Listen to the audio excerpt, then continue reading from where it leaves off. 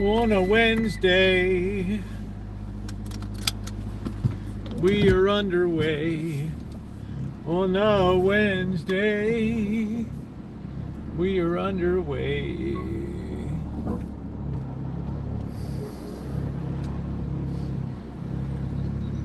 We are underway.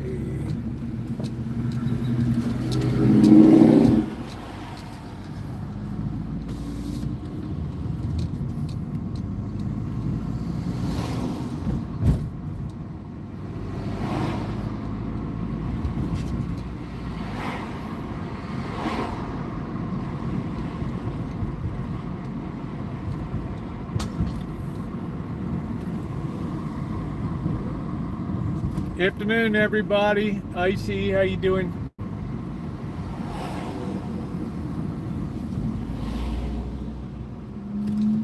Oh, forgot the roadwork boys are still here. Holy crap. The roadwork boys.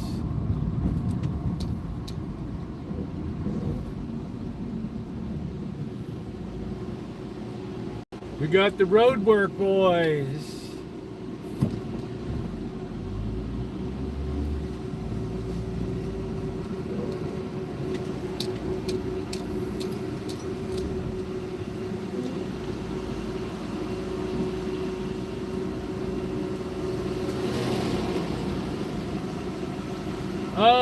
Just in the morning, I'm actually, today's the first day that for most of my waking time today, I haven't really even thought about it.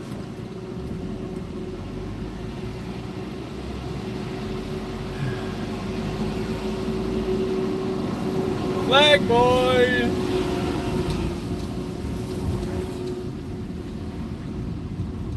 Flag boy, yeah, blow through it. I love that. Blow through it. What's going on, Brett? Ponjay's is this floored, man. Be like Michael Douglas in Coming Home or whatever the hell it's called. Going Home or something. I don't know what the hell it is. Guy blew up a construction site with the bazooka. That was some funny shit. Welcome in, everybody. Happy hump day in the hood, trash day in the hood today. We are out, we are about. It's a great day today, a very good day today.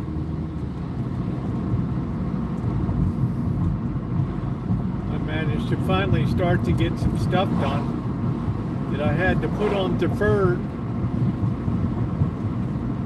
We're kind of winding down. I can't believe how fast June is gone. I believe tomorrow will be the 25th, so I'm going to get a cup of coffee, Brett, what I do every day. I want that cup of coffee. It's a beautiful 78 degrees. You could not ask for a more comfortable month than June. The sun only came out an hour ago. It has been picture perfect Chamber of Commerce weather.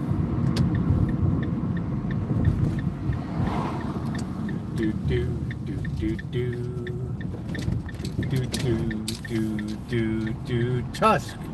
Do do do do do do do do do do do do Tusk. I'm drinking Four Sisters Italian roast with I like Four Roses is a good bourbon. I don't know how you feel about that. All right, I'll be back in a second, guys, as we wind our way towards Friday. Be right back.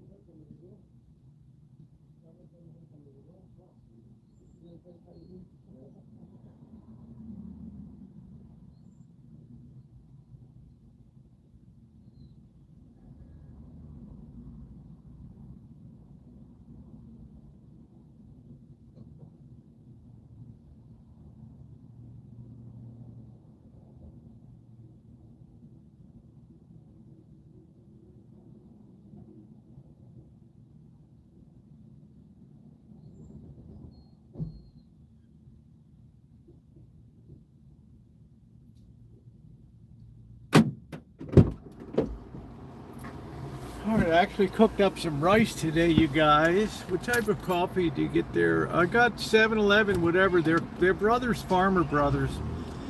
Good, Brett. Don't drink alcohol, okay? Do not drink alcohol. All right, I can't live without it. You don't want to live with it.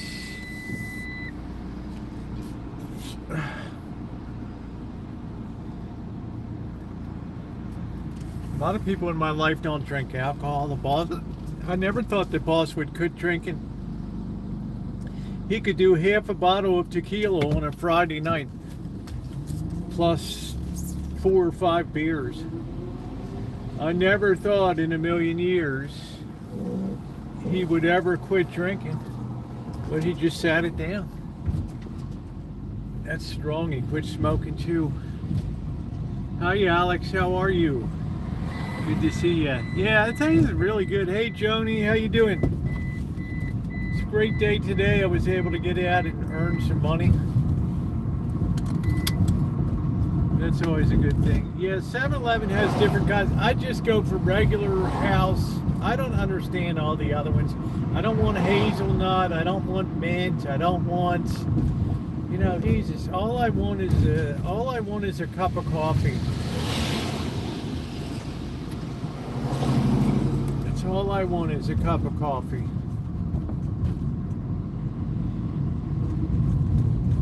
Well, thank you, James. I appreciate it. I was surprised. I was quite taken by the number of people that enjoy watching a philosophical, you know, getting into a little philosophical take. In other words, yesterday's video was well received, and that was good. We got some fundamental issues going on in this country, and right now we're on a greed streak that's beyond belief. And I worry, because for every action there's an equal and opposite reaction.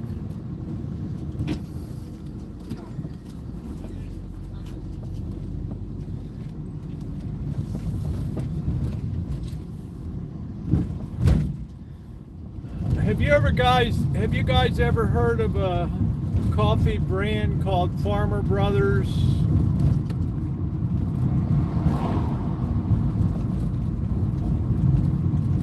I think it's a pretty well-known brand of coffee, Farmer Brothers. I don't know. Yeah, you guys have to understand, I grew up in a different era. You would go into a restaurant, there was just something called coffee. That was it. You'd go into a convenience store, the early 7-Elevens or Circle Jerk K or any of the early ones. All you would have is just something called coffee. That's it. Wasn't any Starbucks or Pete's Coffee or... I mean, that was it. I mean, now how do you take a person that grew up in that very simple environment and then tell them to start trying different stuff? I'm sorry. It's not baked into the DNA to do that. Yeah, Farmer Brothers is, you know, it's just restaurant quality coffee. Now, is it the best coffee? I mean, the guy sent me up the coffee from Ink Roaster in Burbank. That was outstanding. I mean, that's a good coffee, and I was shocked how cheap the price was when I did the review on it. It was damn tasty. wrote me and said, "Did you ever do the review on the coffee?" I said, "Yeah, bro, it's there." And then he texted me later, "Oh yeah, that's great, you know, appreciate it." Yeah, convenient, Food Mart, all of those places, all of those. Cumberland Farms, Royal Farms, Wawa, all of those stores. We had them all.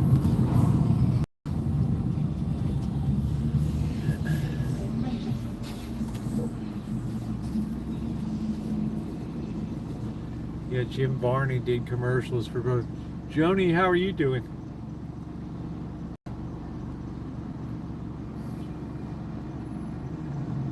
Poor sisters, it's good. And don't worry about not drinking. That'll accrue to your benefit one day, let me tell you. I know I store up future trouble, but I'm sorry, I enjoy my beer and bourbon way too much. But I'm not, I remember Ernest and Byrne, yeah. But I'm not apt to give that up. I don't have a lot of years of cumulatively drinking behind me anyway. I didn't start doing really Friday night drinking until a year or two ago. I mean, I would just drink beer on hangouts and shit like that. Working at the call center today. All right, good. I wonder if they got designs to replace your shit with AI. A lot of these Vegas positions have gone now because of AI.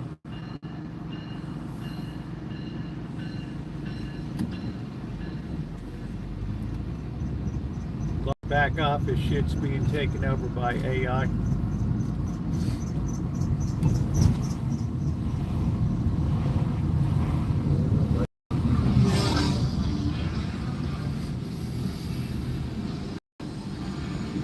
Well, it seems like there's a lot of cars out here today.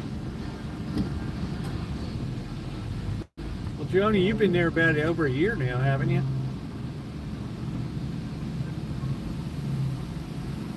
I reckon we got all these people that got off the train here. Yeah, that's what I'm saying. All these call centers are going to cut over to AI. Any place that they can replace a human, you bet your ass they're going to do it. Every place they see a human, they see something that they want to get rid of.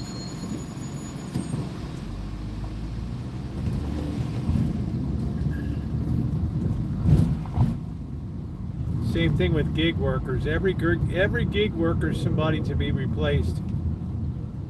That's why they can't wait till they get robo-taxis and robo-delivery services. Have all these little bots running around delivering shit, and then that'll be the end of the gig economy.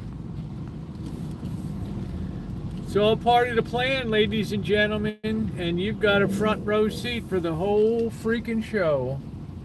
The whole freaking show.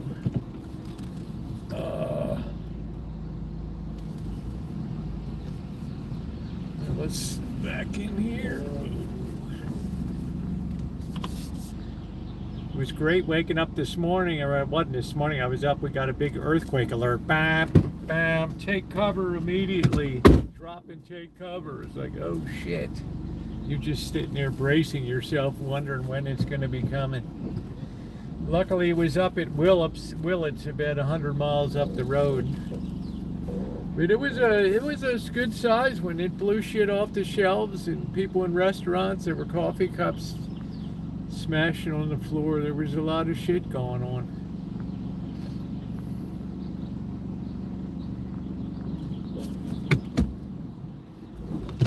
All right, let's get this set. Let me get some air in here. Oh yeah. Right.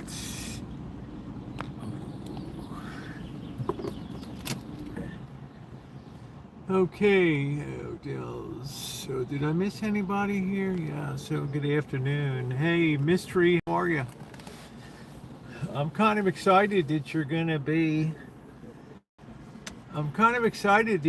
be around the Asheville area of North Carolina. I prefer upcountry myself, from Greenville up north through Asheville, over into Maggie Valley, that whole area. That's where my family all come out of that.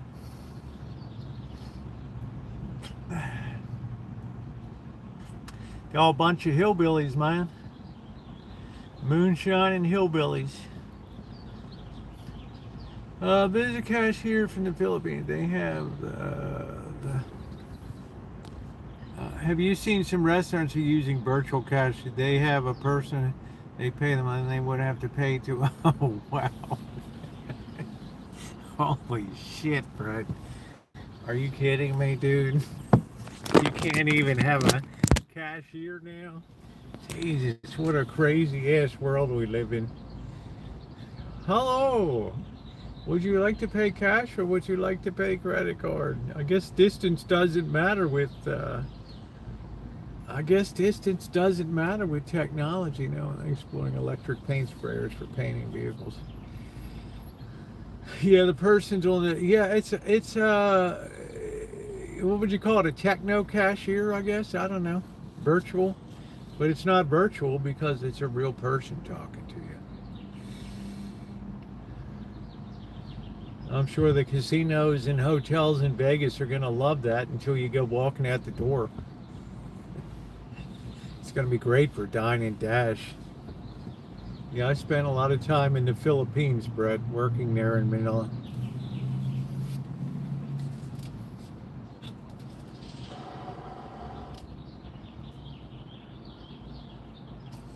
That was back in the early 90s, man, when people did business with a 45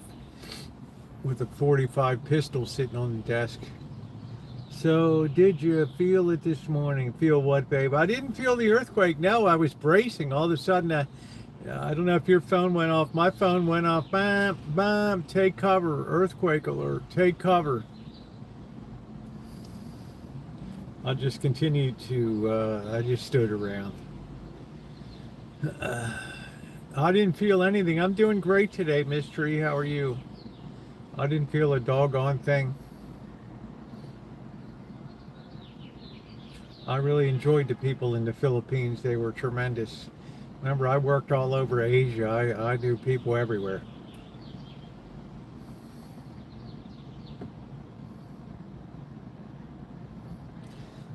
Everywhere from Manila to Whorehouse Karaoke Lounge in Taipei, Taiwan, running out the window and down the fire escape to escape the Kuomintang, the nationalist police there.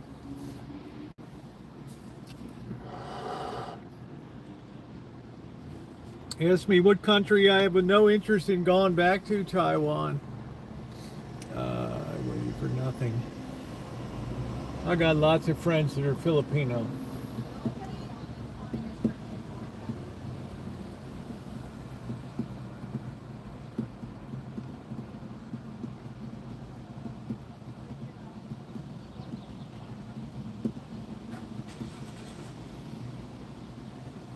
It might be cool to apply to the post office and just say, I want to be the person that rides a little truck around and picks up mail at mailboxes.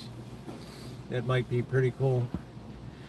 What's going on today, Angus Kisses? How are you? Good to see you.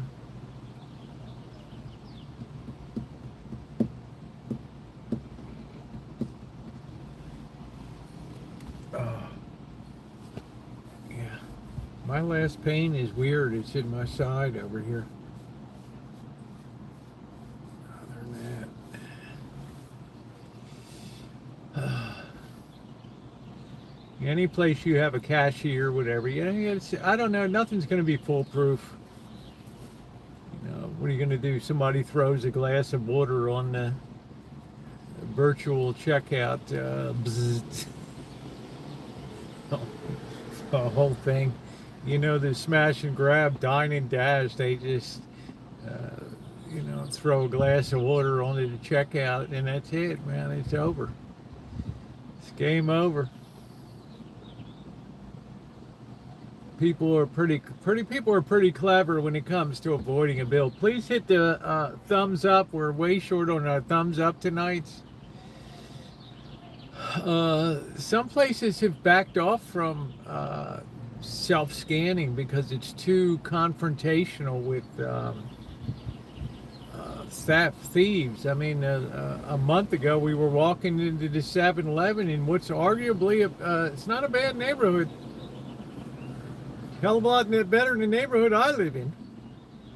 And there was the 80-pound security guard yelling at the guy in the car, "I got your picture," or whatever, and the guy just took off. Stole the shit.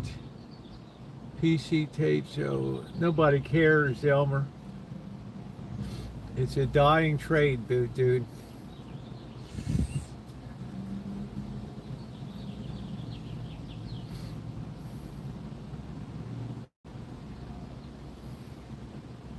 Your best memory of Taiwan will be going down the runway and putting it behind you. That'll be your best memory. It's a dreary city. Hey, Daniel.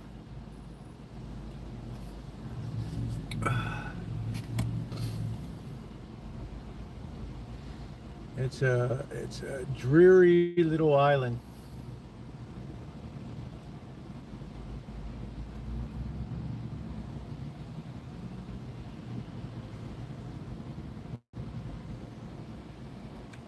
But look at this way, if they ever get hit by a big earthquake, which they do in Taiwan, there have been massive earthquakes there, and they have to shut down that TCSM chip factory. That's about half the world's production. Right there, because we don't make, I mean, Apple doesn't make any chips here.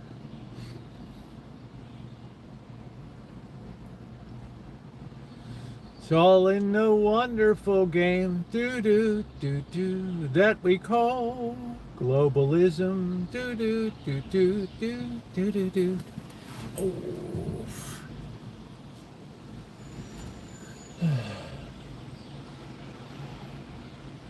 Man, I can't believe how good this weather is. My mom is going to Taiwan for the World Dragon Boat Festival later this summer. She's competing in an event. My mom is 74. And that's pretty cool.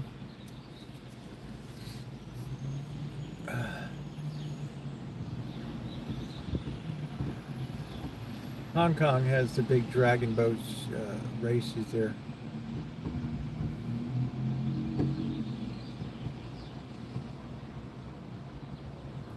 It's pretty cool to see them out there, unless the water's real rough, and then they can swamp sometimes. They got the little dude in the back. Boom, boom, boom, boom, boom, boom, boom, boom, boom, boom. Elmer, I don't care about Computex, dude. All right? Taipei is not the garden spot of the world. It is B-O-R-I-N-G, boring. Best thing they have, though, is a Taiwanese hot noodle dish. It'll make your head, it'll make your face the color of a cherry when you're done it. Beer was pretty good, but I mean, the girls were beautiful in the karaoke slash whorehouse. They were great. The drummer to keep the paddlers in sync, yeah. But other than that, I don't remember. Some places are very vivid, and some places are just nondescript.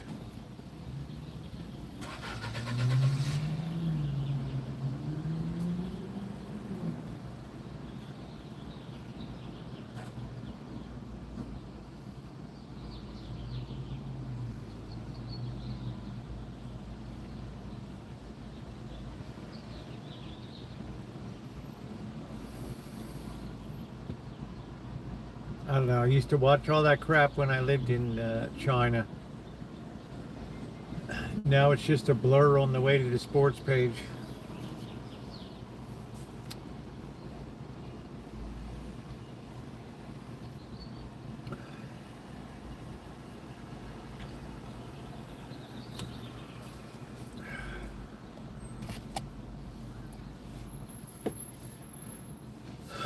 What's up, Barish? What's going on? Barish in good old Turkey. Barry, yes, I haven't seen you for a while. I can't remember if you're in Ankara or Istanbul.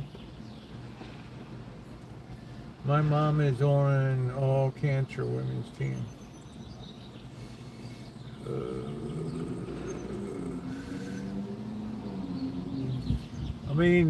Demon, what do you, define what you mean by going anywhere in life, in this moment. Set some parameters for me. Bracket it a little better for me. Izmir. That's a country I would really love to go visit. Okay, so that's okay. It's a meaningful thing, right? That's, oh God, God bless your mom for being a survivor. That's amazing. You going anywhere soon? Yes, I'm going back to Las Vegas. I'm going to LA first, and then to Vegas. Hi, Cindy. I might move to Japan. There's, Demon, if you ask me, there's some real positives to that idea. And there's some distinct negatives too. I know a lot about the Asian culture. I lived there for 5 years, not in Japan, but I changed, most I ever did was change planes in Narita Airport in Japan. But what I'm saying is the population is aging out. And a lot of these places outside of Tokyo, like an hour or two by bullet train or whatever, dude, they're decimated, these villages.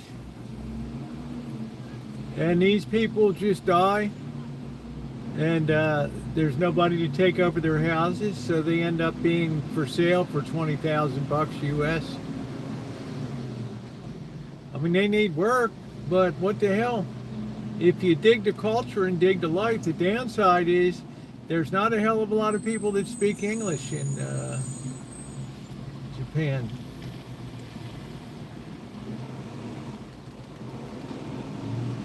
But, the US dollar is incredibly strong, so you're getting tremendous value for it. 130 yen, something like that. I mean, if I was to fly from here to Tokyo, things would seem cheap to me. 16 bucks for a first-rate sushi dinner.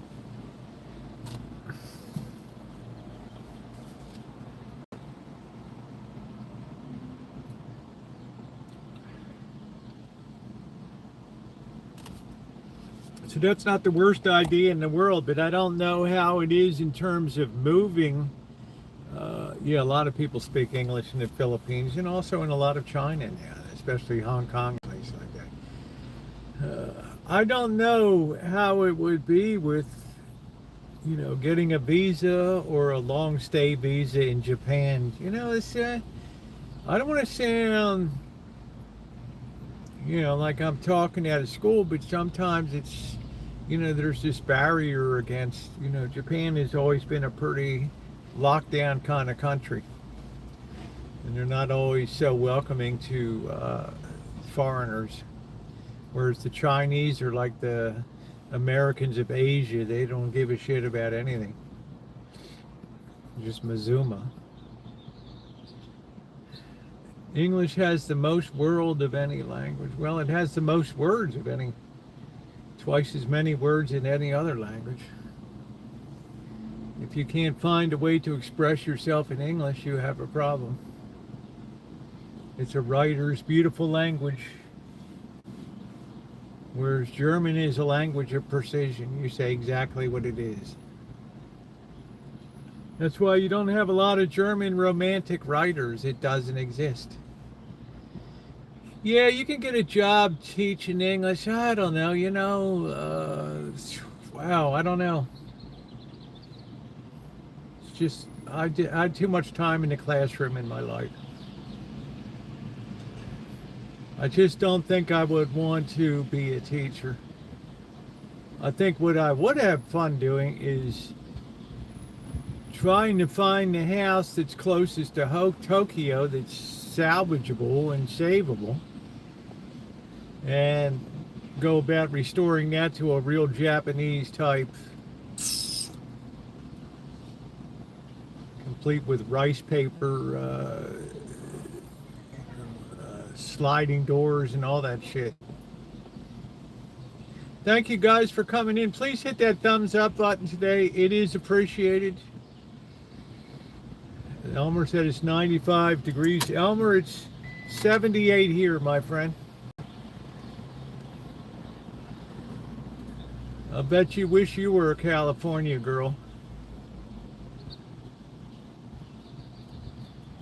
Are you still seeing visions of kittens and gray cats?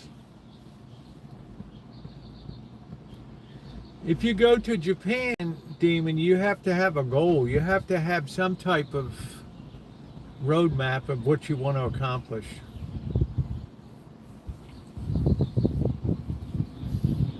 Some people go to Asia for spiritual encounters. I want to go on a spiritual journey around the U.S. Some people go for the food scene in Japan. Some people just want to be in Tokyo. They don't give a shit about any other place. Mr. Z spent time in Okinawa.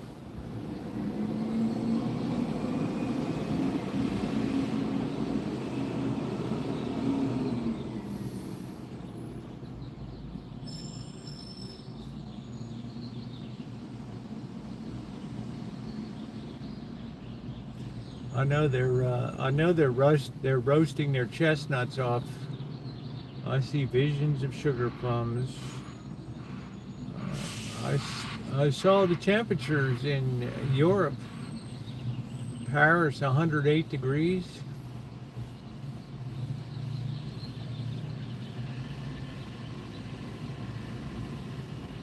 Talk about a Kenny Rogers roaster. That national grid is not built for the strain. So you already got 40 people drowned from dicking around in rivers and stuff.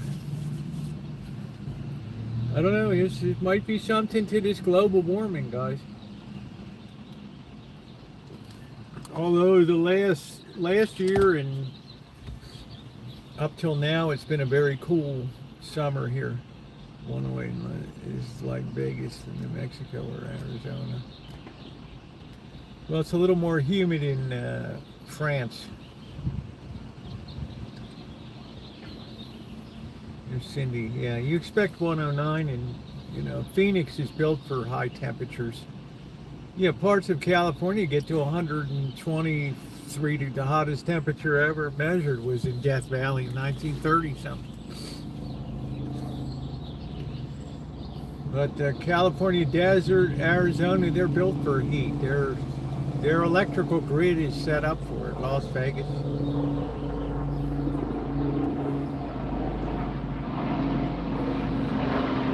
Damn, that helicopter's low.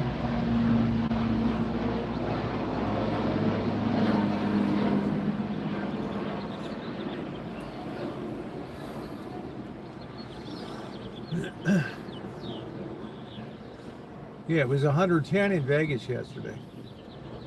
That's why I'm getting my cooling devices in shape for the trip. I've got my massive block.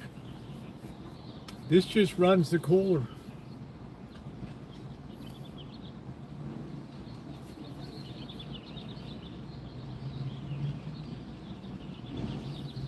This is a beautiful thing. This thing weighs about 4 pounds. Got like an 11-hour charge on it. Still 71%. 2 weeks later, it's just been sitting around here. Let's see what we got here. Let me see some.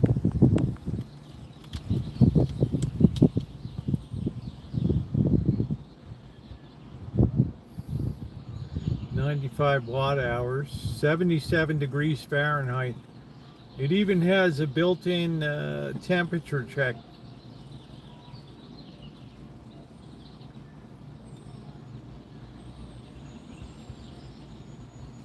That's pretty cool.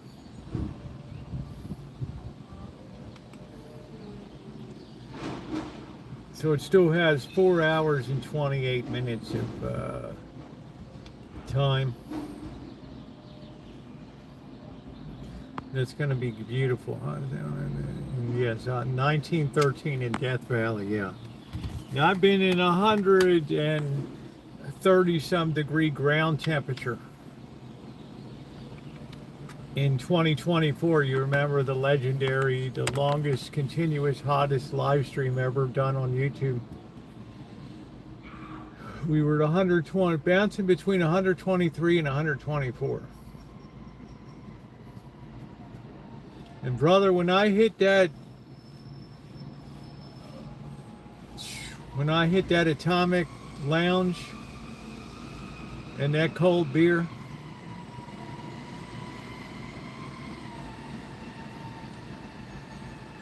I could hardly even see straight.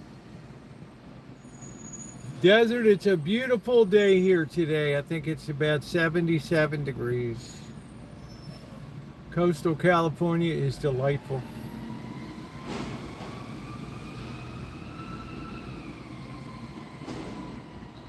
But I don't know, Europe's moving into some type of different weather map where something occurring down in Africa, in sub-Saharan Africa, is shifting up to like Europe or something like that. I don't know what the hell it is.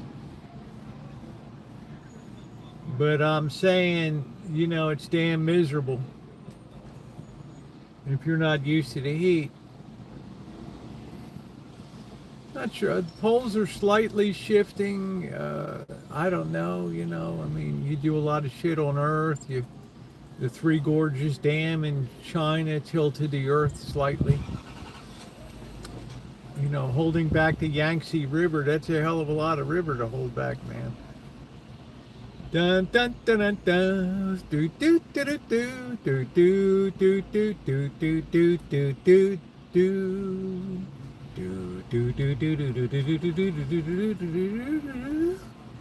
The Yellow River Chorus. Yeah, England was 96 today, and you know that's absolute misery over there. But it was funny, they had an interview, and please hit the thumbs up button, guys. They had an interview with some bloke at the swimming hole in England or something.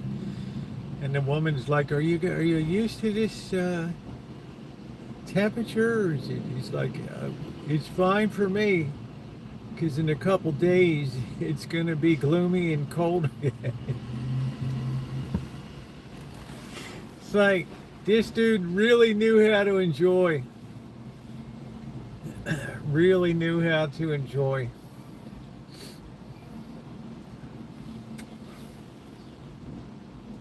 So 93, yeah, that's a lot hotter than normal. So there could be something to the global warming thing. I don't know. I stopped discussing it 5 years ago. I didn't see any way you could win or lose on the topic, because some place gets hotter, some place is cooler. I mean, shit, last summer was cool as hell here. This summer up through June, it's been delightful. Las Vegas at 110 is far different than 123 degrees. I always tell there people always like, Rosie, what's your operating temperature? I said, I'm good to about 115 degrees. Then beyond that, we're going to have to start taking some, measures. Because the thing about being there, you're dehydrated. Your shirt, you could wring it out after a half hour. I mean, you're losing so much water volume out of your body that you almost have to continuously, you could be in a desert all day and not even have to pee. 74, 77 all day. It's like perfect weather. I mean, my vegetables are doing fantastic. They're not getting scorched by the sun. I mean, they're just healthy. Onions are already that big. I want to figure out how they braid those onions so you have those whole things that go down, like 10 or 15 onion rows that hang down. Yeah, you got to drink water. Cindy's used to it down there. She understands the the dynamic of working in a hot environment. In some ways, my own thing, Cindy, is I'd rather be in one continuous heat situation. Like, I hate to go into an air-conditioned building in Las Vegas in the middle of the day and then come out and hit the heat. I'd rather just run my fan in the car and just run my errands and have no AC. Hey, how you doing, gambler? San Diego has great weather, but a lot of people are very concerned about the offshore water quality now.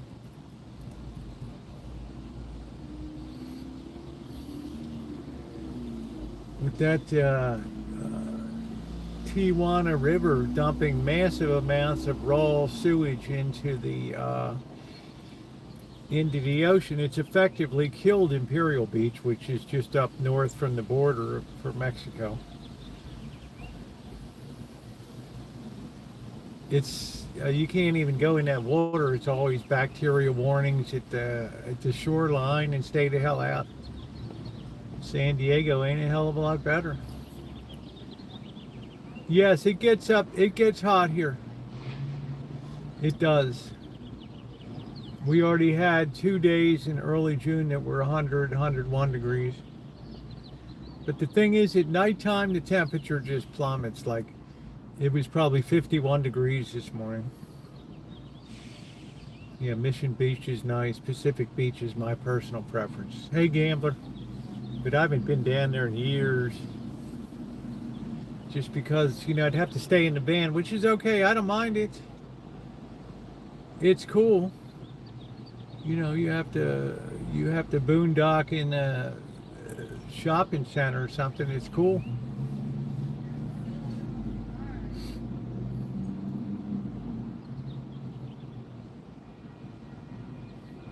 Candlestick Park would get called because over top of the hills you have a big ridge, from the ocean side on the peninsula. San Francisco is, if you think about a finger, this is San Francisco on the tip of a peninsula here. This is the ocean over here, and in the afternoon the marine layer starts to come over the top of the hills, and it cools off, just plunges temperatures there. And you see that fog racing along the Golden Gate and through the Golden Gate. I would take people to go visit San Francisco, Tara. The other people, it'd be like 100 degrees here, and I'd say, you got to really take a coat with you. They'd be like, dude, it's 100 degrees. I'd say, take the coat. We get down to the Golden Gate. You start walking out on that bridge. There's a 25-mile-an-hour wind whipping, and the wind chill's like 40 degrees. People go there in t-shirts and they're half dead. They look blue when they get off the bridge.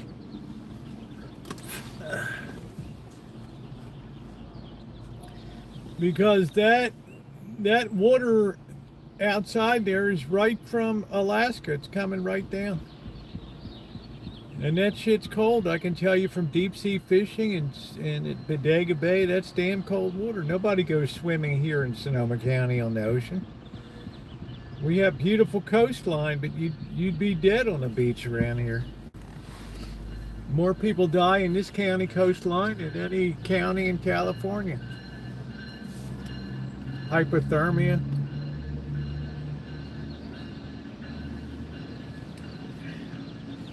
California's just got something weird called microclimates. In other words, it can be 100 degrees here at 4 p.m. I can drive 20 miles west this way, and it'll be 61, 62 degrees.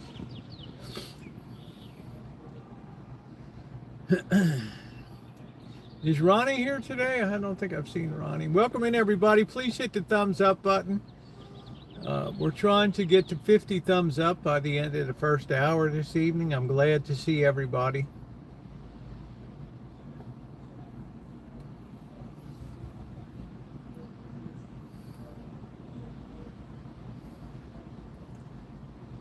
But I don't think Europe is equipped to deal with the heat.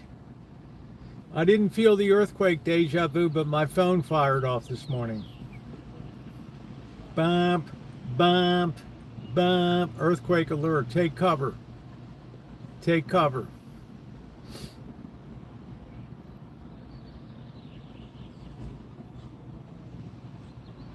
It was in Willits, about 100 miles north of here. And I heard reports there were cups falling off of shelves and pictures falling down and all this crap. It ain't no joke, earthquakes, ladies. Rosie, do you think the Alcatraz escapees lived through the swim? Absolutely not. Absolutely not. Not with the tides that sweep through there. The tides are roaring through that small bay. You can imagine that small inlet through the Golden Gate. You can look down, stand on the Golden Gate, look down, you can see that water splitting at the piers of the Golden Gate, moving quick. Number two, the temperature of the water. No. I think not. It's a great movie. It's one of Clint Eastwood's greatest movies. I saw it in theater when it came out. A hell of a good movie.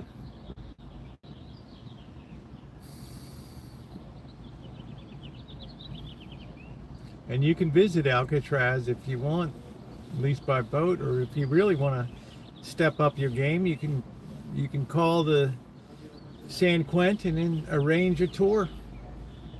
It's a public facility. They have to let people come in. Just don't wear blue jeans. That's the one rule.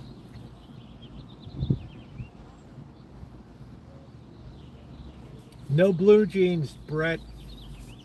I'm going back to Vegas a little bit after the 4th of July. I've had to compress a lot of work to move up that I was supposed to do before I got injured during that period. So I'm going to need some more time here to get some shit worked out. Then we're going to head to LA for 3 nights. Hang out with my daughter a bit. Maybe get over to it. I don't know. She's talking about getting into another studio. Maybe the executive side of the operation. I don't know if I have a real hell of a lot of interest in that shit. But we're going to do some more... We're going to do some more food reviews. And then I'm going to go on to Vegas. And I'll be down there about a week or so. This is the first time I've gone down in quite a few years. I don't have a specific project to work on. Which is kind of nice. I won't do any more painting till fall. When it cools off, I can do the rest of the house. I might do a little landscaping work down there. I really like to improve the landscaping. Where eagles do. Santa Rosa. Yeah, Elmer, I think it was a little bigger than 3.6, bro. It was in Willits.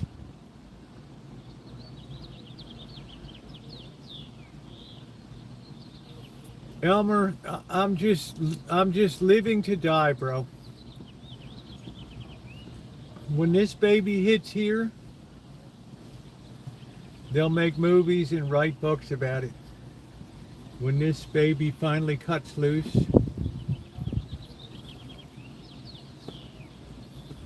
it's going to be a 40-second rock and roller. Count 40 seconds, 1, 1,000, 2. You'll be like, this thing will never end. Shit'll look like it's waving back and forth. Up and down. My phone went off. Bam, bam, bam. Take cover, take cover. Earthquake alert. How you doing, Kelly? I'm good, babe. How you doing? Earthquake alert, earthquake alert. Holy smokes. I didn't move a muscle. I didn't do a damn thing, man. I didn't move a muscle. I did not move a muscle. But it's coming. I feel like the big one's done. My daughter is studying abroad in Italy. Terrible. Yeah, I know, Mystery. I am so sorry about that, babe. They're not equipped to deal with that. I don't know what to tell you. I can deal with heat, but if you're not used to dealing with heat, yeah, it's bad. The important thing is have some method to blow air over you. A fan is excellent in hot weather. I don't think it's helpful in the sense that you might have, you don't know how close it is. They're going to alert me if it's like 100 miles to within the range of Santa Rosa. But, earthquakes are very geo-specific. They can bypass areas, shake some areas, and leave some unshaken. I didn't feel a damn thing this morning. Sometimes you get the alert and you're just bracing, you're waiting to feel the shock waves. Like,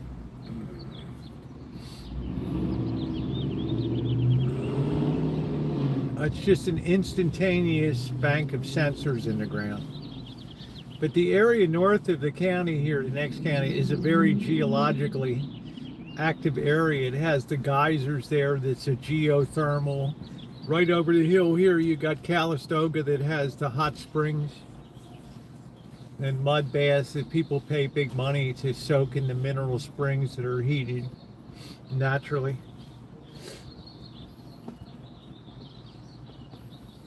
Over in Napa County.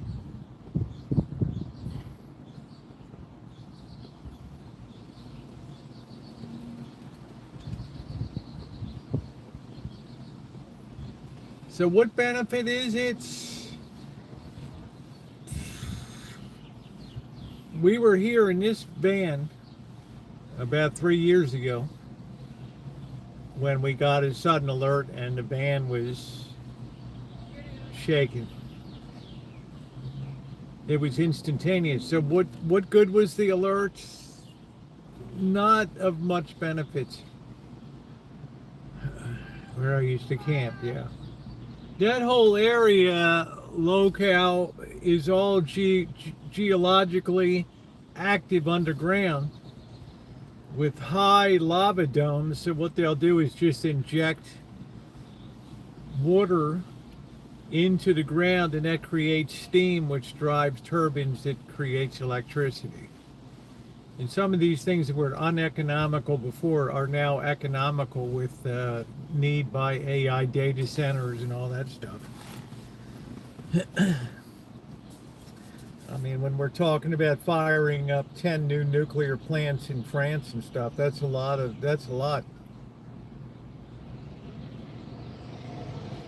And the irony is that the demand may never even materialize. That's the crazy ass thing of all.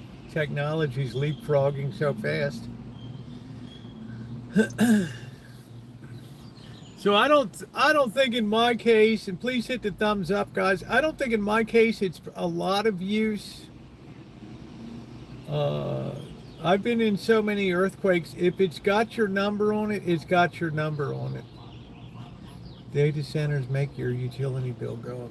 I don't know. It remains to be seen. Half the data centers that were talked about have now been withdrawn. I said in my video yesterday that the technology leapfrogs too quickly here. 6 months from now, data centers may be DOA, dead on arrival. With the architecture of microchips and these things and what they're doing in China, and there's this gigantic race on between China, the US, Korea, Japan. I wouldn't put my money on it. Hey, doctor.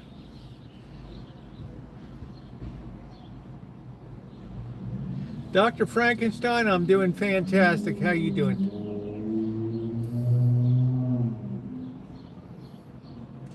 Today's the first day I got my Pink Floyd. First day I haven't really thought about my rib injury. The worst part's like in the morning.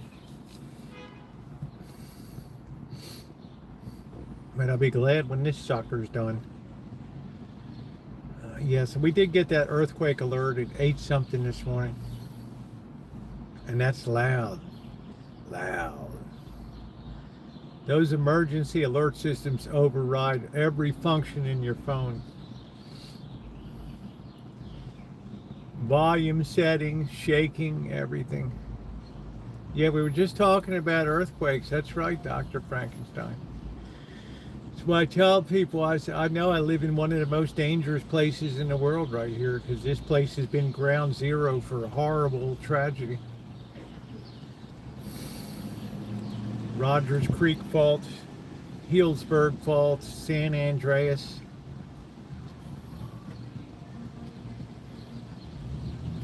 I'm just waiting to be X'd out, Doctor.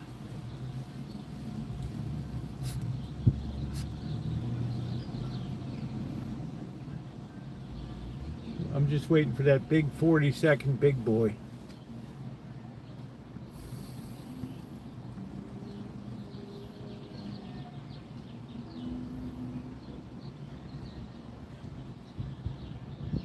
Parts of the Philippines get typhoons every year. Yes, so does Taiwan, so does Hong Kong. I could 10 times I went through typhoons in Hong Kong. They raise up the signal 4, 6, 8.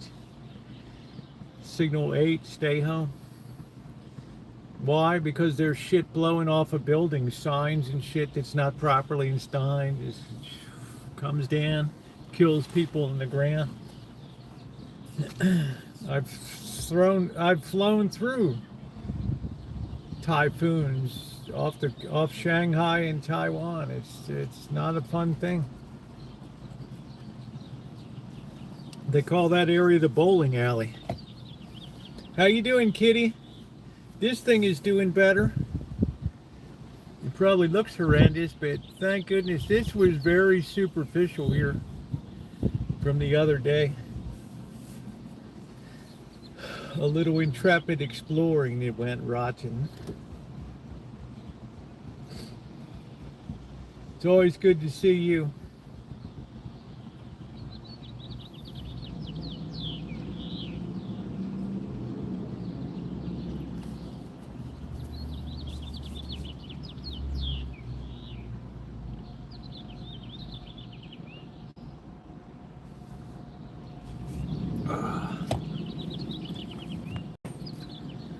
Philippines had two big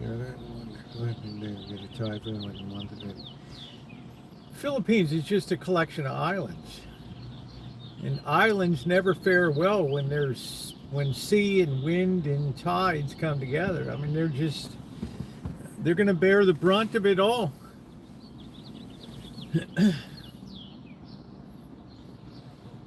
You know, in Santa Rosa, California, you never worry about hurricanes or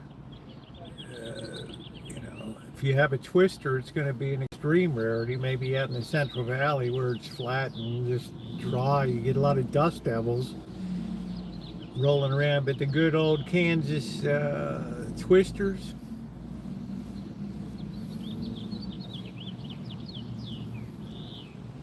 this place just has absolutely ideal weather. But geologically, climatologically, it's perfect. Geologically, it's a horror show.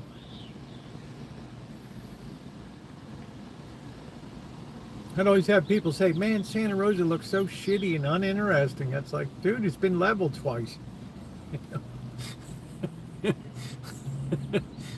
It's like, there's a method for the madness. There's a reason why it's not. Ah, shit. I think we're going to walk around downtown later today. We have that carousel restaurant that opened up yesterday. I haven't heard any feedback, but it was all over the local news here today. We have a rather bleak news agency here.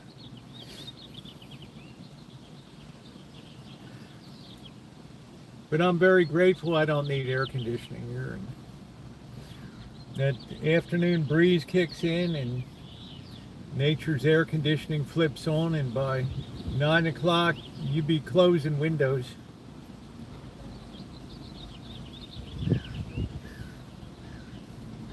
All under that maritime influence of Alaska.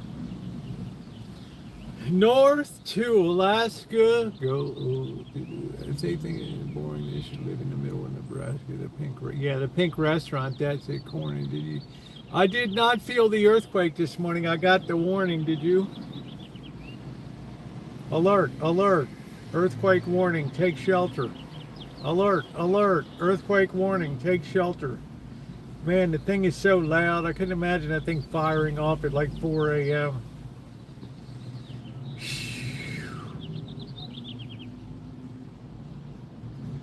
Could write a book. Waiting to die. Brunch and lunch. Nobody wants to do dinner service much anymore.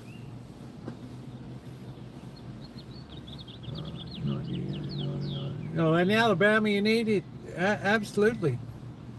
Absolutely, Alabama, you need to have it. But I'll tell you, there was a time in Alabama where you didn't have air conditioning.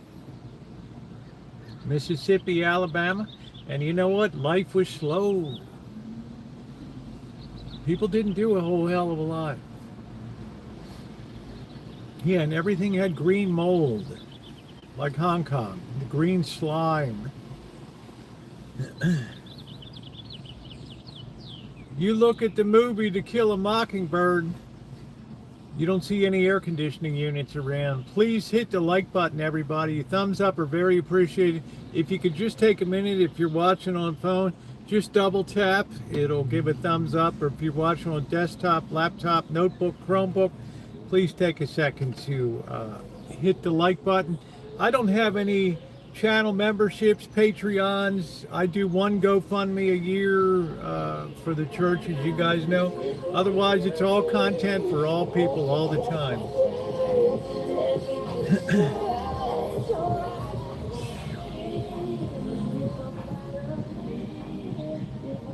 I love these days. Everybody wants everybody to be a part of their concert. Oh, and sit on the porch and count the chickens. What can you do? I mean, any sort of physical activity is, you perspire heavily. You know, you look at Gone with the Wind in Georgia. You wonder why they had 12-foot ceilings in homes. All the heat would just get trapped up top. People dealt with it. They lived. Las Vegas, they lived. Building Hoover Dam, they lived in Boulder. There was no AC. You had one hotel, the Boulder Hotel, that was like, oh, I can't believe it's an air-conditioned hotel.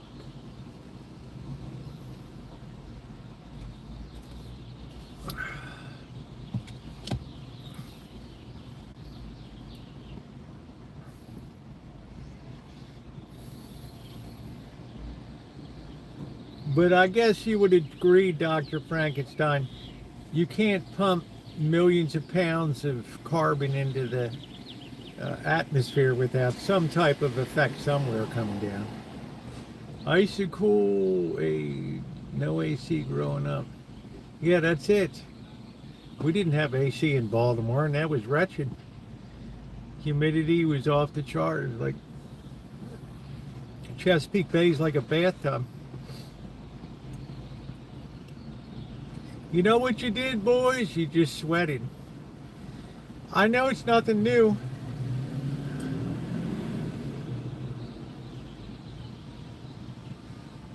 I just, it's either a long cycle or there's something to it. I don't know. I don't know. The one thing I am sure of is the temperatures have been rising. And I don't know eventually if it makes places like Europe untenable. I don't know. How you doing, Eddie? You can't rebuild the structure of the infrastructure of a city that's, basically 1,600 years old.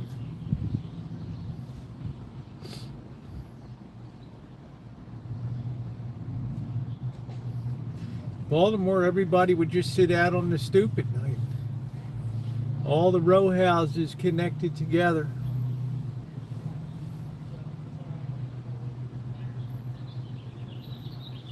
Yeah, not so, well, fireflies were abundant when I was a kid, and then they disappeared.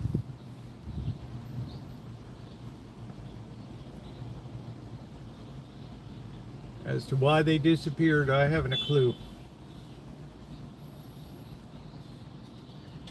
But I do know the temperature. Whenever you hear on the temperature, whenever you hear this is the hottest temperature ever recorded in XYZ, it gets your attention. Because to offset that heat, you have to explode more hydrocarbons into the air. I think as we were responding, wiping up, we used to swat them down and smack. We used to collect them for Johns Hopkins Hospital, would use them for research. They would pay you for a jar of lightning bugs. And for a kid in the city, $1 was something. How you doing, Karen? For $1, that was something.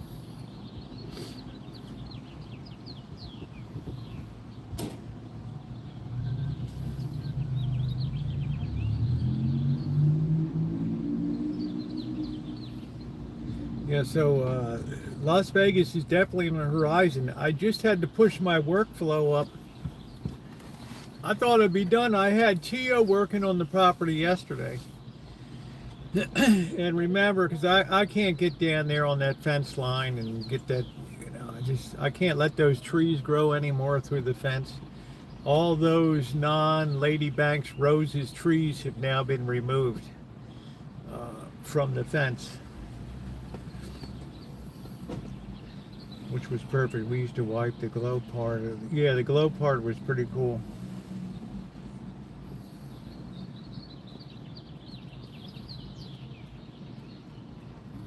I think I believe a lot of lawn amendments were added, sprays for weeds and things. I think a lot of that shit did away with a lot of lightning bugs.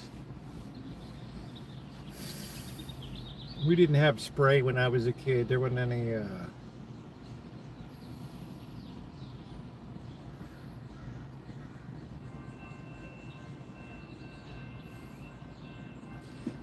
I've always given up on the front lawn. As long as I can keep some sort of green on it, I don't really care. It's a losing battle.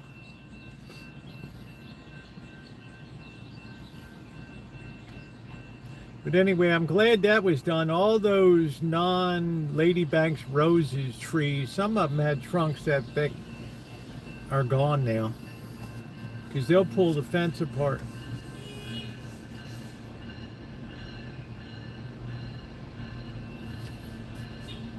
Now it's a lot easier for me to do the straight trim and cut back 8 or 9 feet.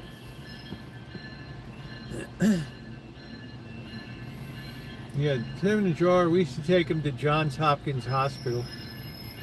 They were doing some phoresis research. Spam tacos for me tonight. Nothing wrong with spam. People just have an aversion to potted meat. Please take a minute to hit the thumbs up button if you haven't done so yet.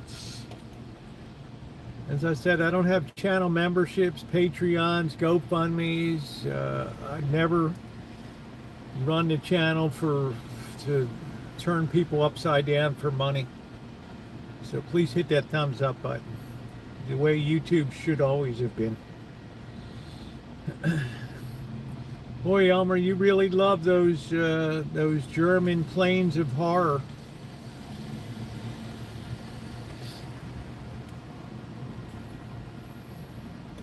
Being on the plains of Poland when the Stuka dive bombers come in. Yeah, thank you.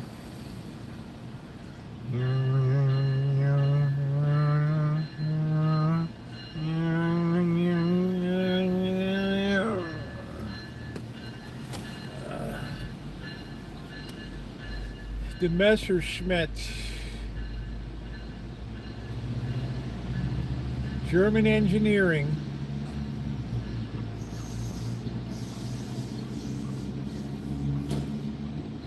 Thank you guys for the thumbs up. It's very appreciated.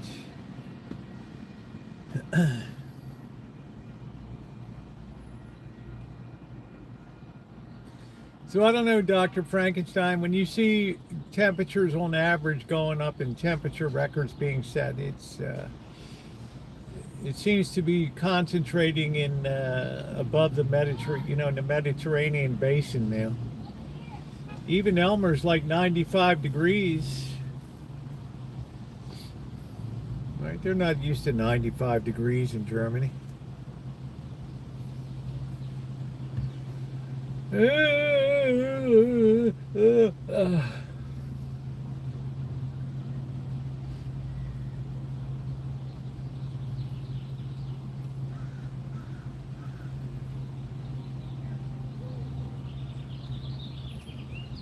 Now I've got work to do. What's going on? Is that Sean? How you doing, Sean? Sorry about last night. Europeans don't have most of them think it's wrong to have AC. Do they think it's wrong because of climate stuff or what?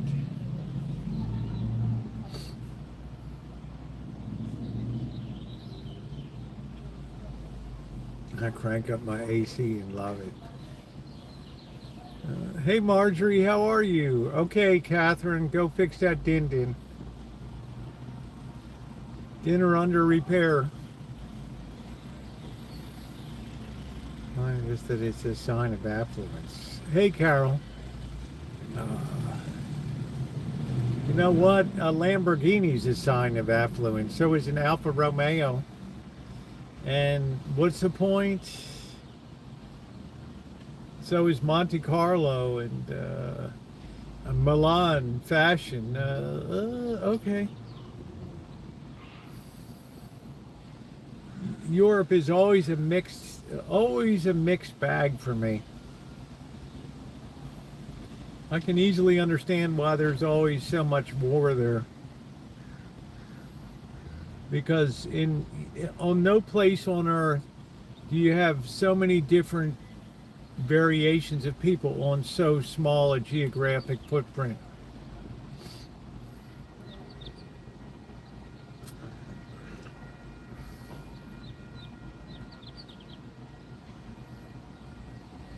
Yeah, I don't know, Dr. Frankenstein. I don't think the quality standard of living is that great in the UK right now when you have your 7th prime minister in 9 years or something.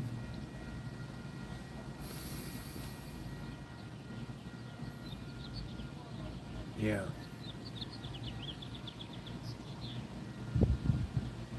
I mean, I think the UK's in terrible trouble. Terrible.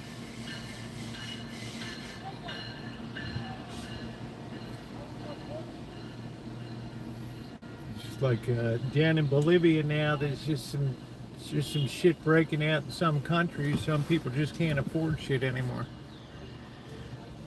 And that's a bad situation. I mean, I went to CVS today. I wanted to get a birthday card for Janet and my younger daughter. Pick up some new shower caps and stuff. I can't remember what else I got. Something else I got in there. I don't know. I looked down, a package of 6 Hershey bars is $10.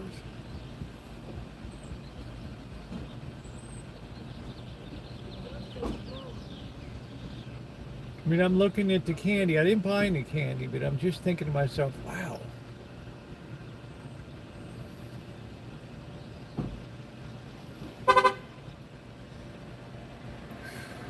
I mean, just walking around, I don't go shopping that often. I'm always like at the discount store, but wow, stuff is really expensive.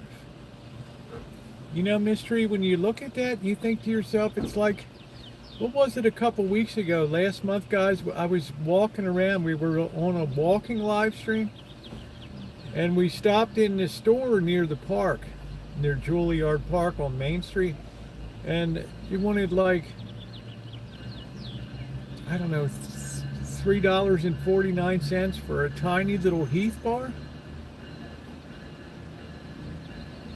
And I just put it back and I said, no, thank you.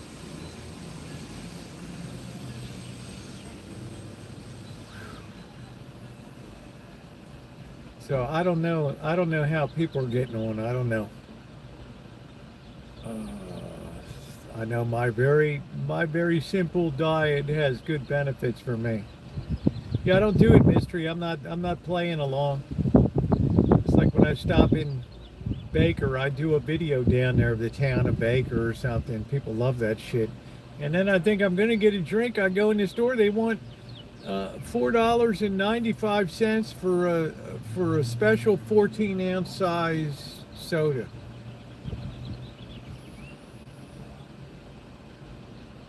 I just stood there looking at it. They don't put, of course, they don't put the price on anything, so you don't know till you get up to the front.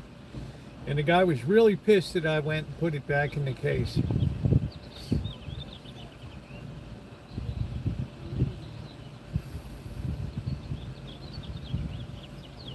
I mean, he was pissed.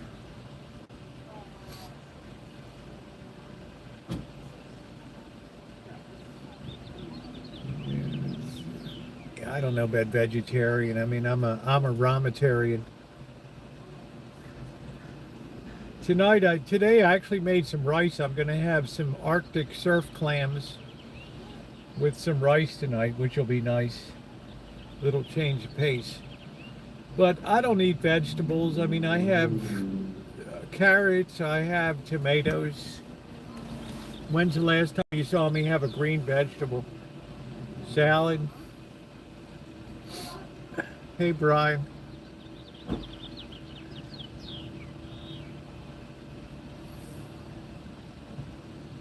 I make sure to take my magnesium every day, and I'm getting more benefit out of that than people that eat a leafy green salad every day. Blood pressure's perfect.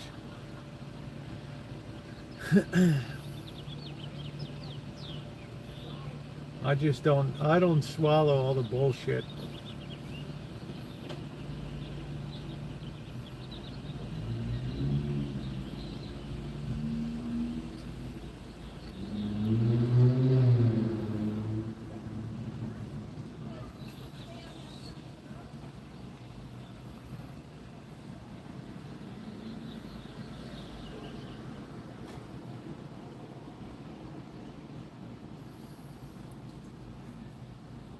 I just take magnesium. I don't care what it is. It all works for me.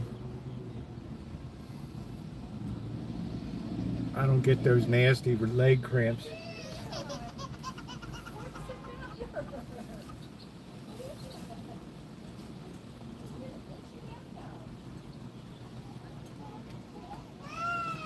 I like the way kids have that long delay from that first cry to that deep.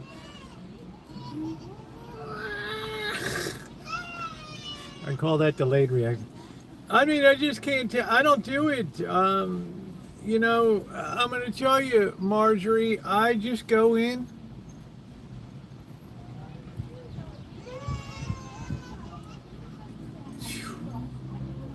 I don't know. I don't even know what to say. I don't know.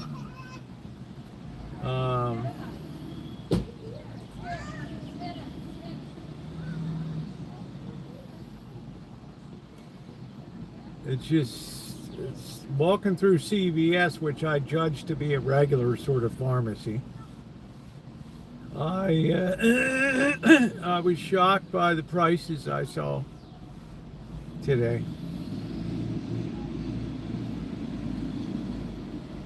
And I was wondering how in the hell, like, people afford to do. I mean, I don't know. I don't buy a lot of meat except the processed meat. I know it's not good, but I don't give a damn. I'm not one of these people that sits around and worries about. I'm not that attached to this world. Yeah, take a multivitamin, yeah. Yeah, capitalism is fine. I did a video yesterday that I was quite pleased with the uptake of it about greed. And yeah, a lot of people are really suffering now. Because everything is precise for consumption now, and every metric has been designed. Every software program, every AI iteration is designed to target And the bad thing now is we have surge pricing. Where you go into a McDonald's at 11 a.m. in the morning for a soda, and then you go in at 5 o'clock in the afternoon to 8 o'clock, and it's a totally different price.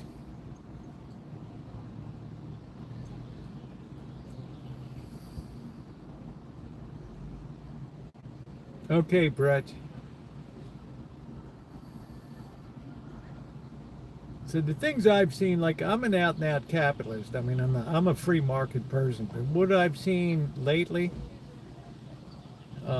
is just corporations are basically signing their own death warrants.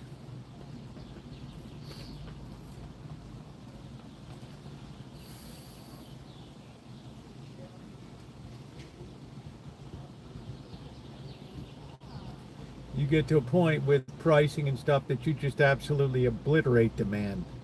You just drive people down to a base diet, and it's impossible to pull them off of that base anymore. I'm not sure if it's only good for billionaires. I mean, I don't mind. Billionaires drive a lot of wealth to the nation. I don't have any problem with that. My problem is when everything is targeted for maximum extraction, like you're strip mining human misery here. That's when I have an issue about it. Like, does Pepsi Cola really need to charge $5.99 for or $3.99 for a small bag of Doritos? It's mostly air. And then all of a sudden you start to see smaller size bags again at like $1.49 or something. You know, they push the envelope too far.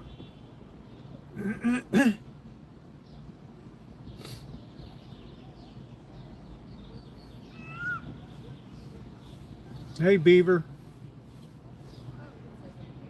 Everything has a breaking point in economics. And it's not a soft breaking point, it's oftentimes a sharp.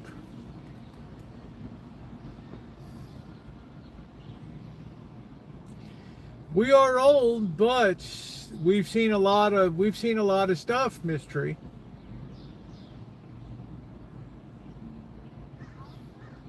We're just seeing the final iteration of a technologically driven world here where everything is optimized. We live in an optimization economy now. Demand rolls in, you adjust the price to high demand. Demand rolls out, you take the price, you take it down.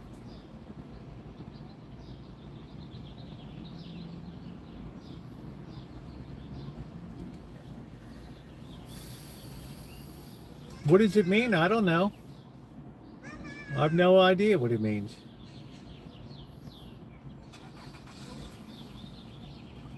Get off my lawn there. No, we're entering the era where people start to take to the streets.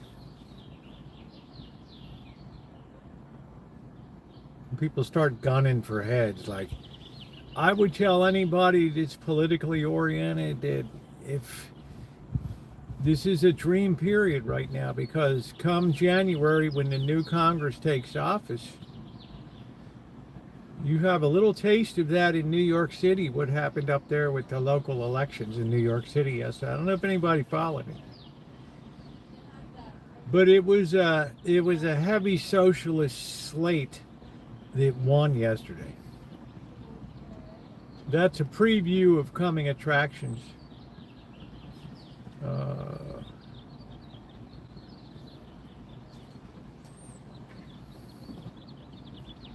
And I dread to think about when the AI bubble pops, which it will pop. There won't be the bench depth. There won't be the money to bail out anybody anymore, like in the old days.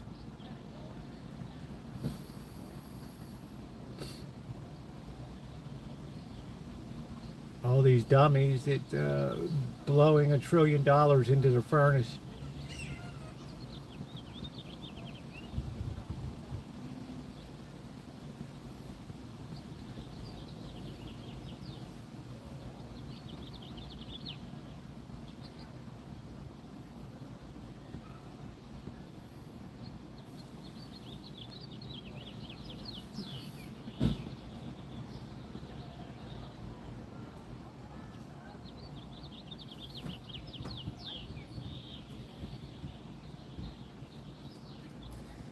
So I honestly tell you, I don't know what the answer is. I don't know. Because on the one hand, it's like they said, there's the K-shaped economy. You have the people that are doing super well, and then you have the rest of everybody, and there's nothing in the middle. It's not like an E economy where you have a doing great, little bit of middle, and then the big bottom. It's all either good or you're struggling. I mean, I don't know about you, Dr. Frankenstein. Yes, you can actually get sick watching common sense go down the drain. There's something weird about, I don't know about you, Dr. Frankenstein. I've just turned 68 years old. There's something weird about watching a 25-year-old guy delivering food. I don't mean it's a bad job. I don't mean he shouldn't ought to do it. I mean, is this what we build the economy on? And then you read yesterday that manufacturing jobs are, at a 17-year low. The layoffs in manufacturing are equal to the 2008. Yeah, I mean, it's all of a sudden, I don't know. I mean, check me, Dr. Frankenstein. You're a hell of a lot smarter than I am. I mean, there's just something about an economy where people can get food, restaurants, meals delivered into the home by a 25, 35, 45-year-old guy that's fattening the wallet of a technology company. Uber's taking 30% off the top from the restaurant, telling this guy, you get what tips you get. He's depreciating his car every day. Is there any economic gain to him? Thumbs up or appreciate, guys, if you haven't hit the thumbs up button. That's my question. They would never work as hard as us. I don't know if they have the ability to. I don't know if they have the opportunities, Marty. I don't know. Earthquake just hit Venezuela. Okay. Yeah, so what we're doing is all of society is just funneling this massive amount of money into a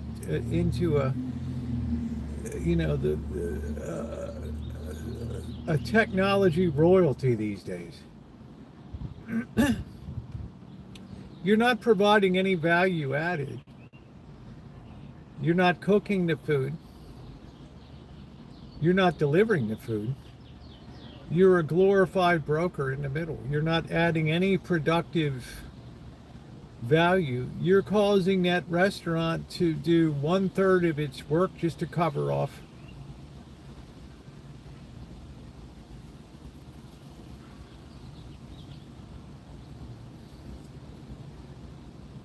It's pretty weird.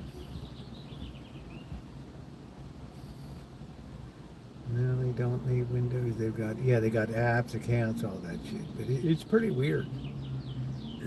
I can't even pick up my phone now without Gemini trying to get in my face and AI mode and all this stuff. I mean, it's just so,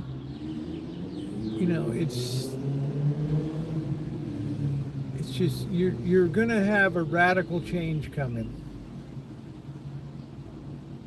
You're going to have a radical change coming.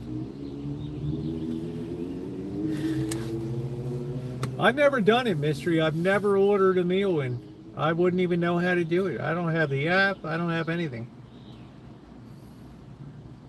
But I've seen the effect of being in restaurants and doing reviews when the kitchen and the staff are putting 90% of their attention on what's going out the door and 10% on the people that are sitting in the restaurant. So what does that mean? It means the guys in the kitchen, the guys and gals in the kitchen are working for as if the restaurant has 200 seats in it. Are they getting paid twice the money? Yeah, of rough finger food. Just predicting.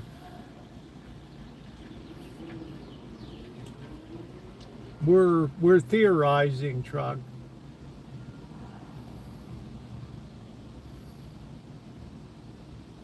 I've seen that with food reviews. We went to do a review of some Greek restaurant down there. The table out front just had 8 or 9 bags out for delivery. That kitchen's working its ass off. And everything that goes out that door, 30% just comes right off the top.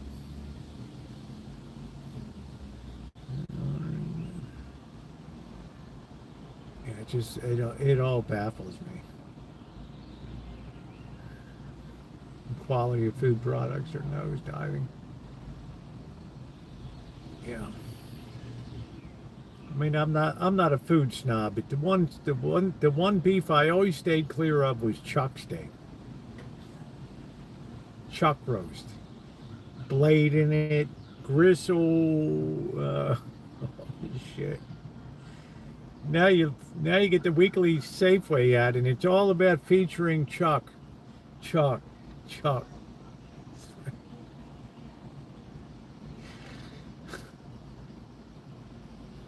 I mean, it's an absolute race to the bottom. I'm waiting for Dr. Frankenstein. I don't know, Callie. I don't know, babe. I'm waiting. I probably haven't. I've waited for pink slime to come back with sawdust and oatmeal added. Gristleman steak, yes, yeah. Shit.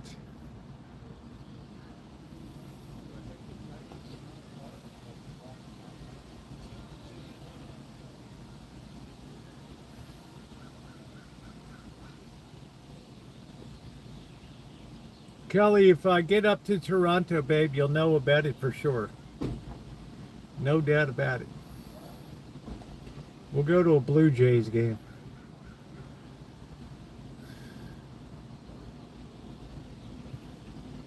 Ladies and gentlemen, your Toronto Blue Jays. I'm down 30 pounds and I wasn't trying. I'm a scarecrow now. Wow.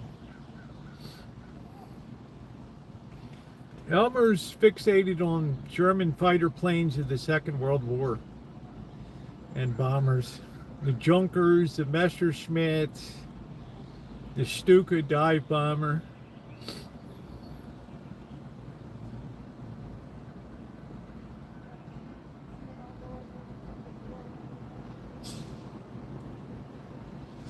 Ooh, what's going on with you, Kelly?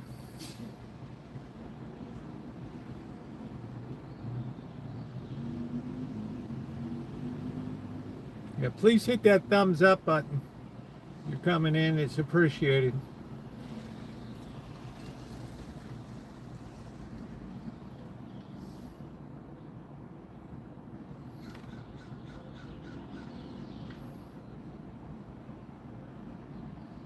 North to Alaska, go north for ULA.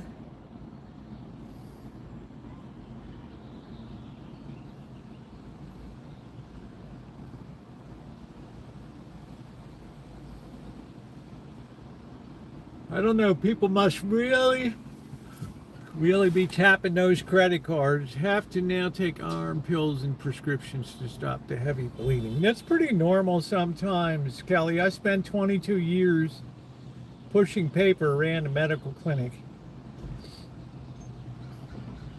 And, you know, that's why some women end up getting hysterectomies and stuff, so. I'm not saying that's your case, but you do get blood loss. You have to take a ferritin. You don't want your hemoglobin to go too low. Tried to never carry money, just throwing, yeah, you're just throwing money away. Predicting the day is that part that humbles us. Predicting an earthly and active.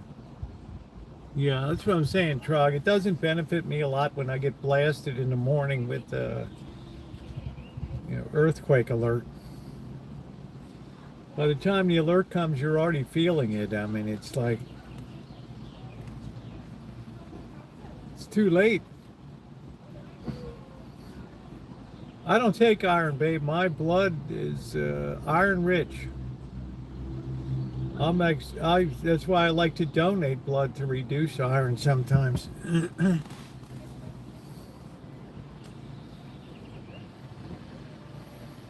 But I know what a struggle that is with that. It's a hard thing to deal with some women to deal with that. So I feel you. Yeah, men don't have to take iron too much. Only if you're internally hemorrhaging or something, or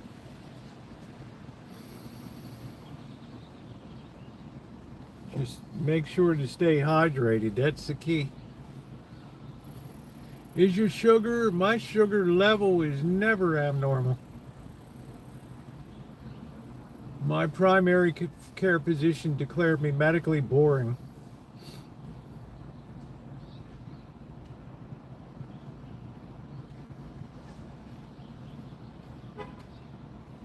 I know you are. I mean, last I was 126 over 62.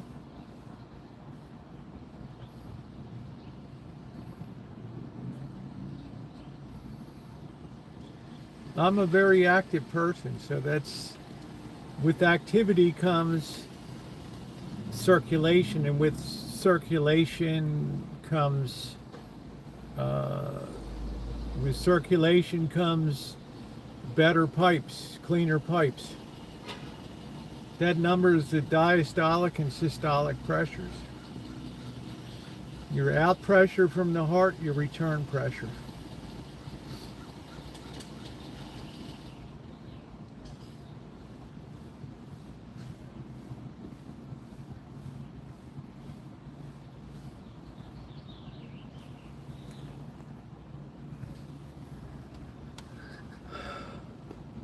I mean, the biggest threat to me is catastrophic falls, injuries, doing things a person my age should not do, climbing up 2x4 crap in the back of an altar or something to change lights, and that's where I'm going to meet my maker. That's my risk zone. And in a lot of ways, it's more risky than dealing with other shit, because you definitely outthink your abilities. You think you're like an 18-year-old kid. Oh, let me up here.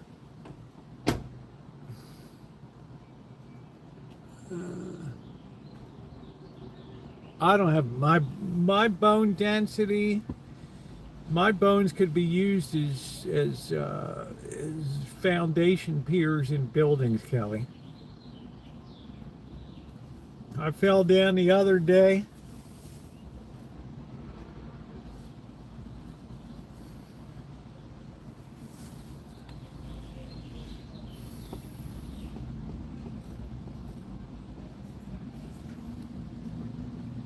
There'll be a day when I'm not going to be able to do that too much, but that's the day I'll start checking in and going to the gym and doing an hour on the treadmill. I no longer take sleeping meds, dosed off, so I'll stay up much later.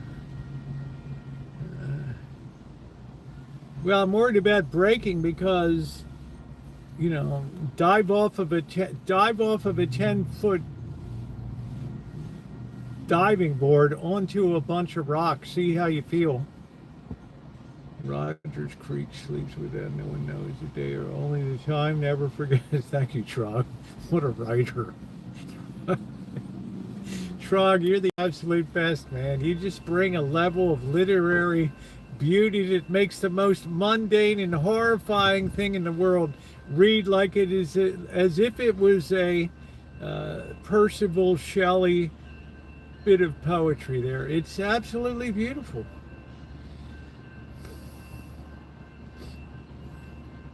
Absolutely beautiful. We got the amount of people. Yeah, well, you saw when Carol yesterday was a real shakeup in New York City, New York on Hello Socialist. I mean, there's a palpable anger out there. There's people that want to short circuit to the rewards now. They want to bypass all the trickle down. They've had it with trickle down. The only trickle down they want is to skull tap somebody. That's it.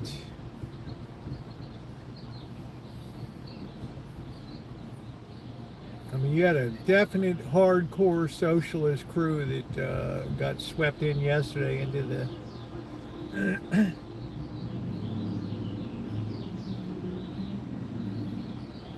I wonder why some electric cars sound like they're singing.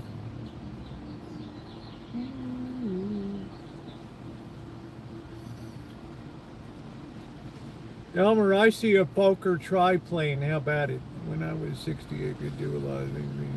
It creeps up on me fast. I don't know. I'm happy. I'm going to keep as active as long as I can. If I have to take the hits, I'll take the hits. But there'll be a day I'll just go to the gym, have a dog, just enjoy life on the Rancho. Yeah, it's tread on the tire. I didn't know you were such a literary genius, Trog. That was almost moving. I laughed, I cried, it became a part of me. It was the best of times, it was the worst of times. Isn't it great? Some of the classic opening lines of books. Call me Ishmael.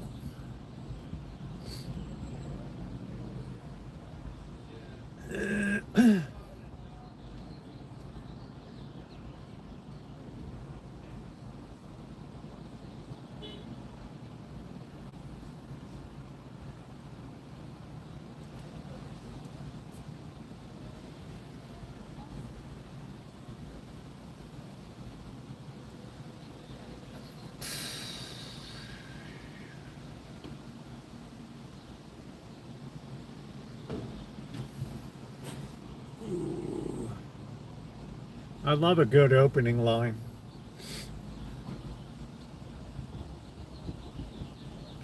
Oh, what a tangled web we weave when at first we set out to deceive.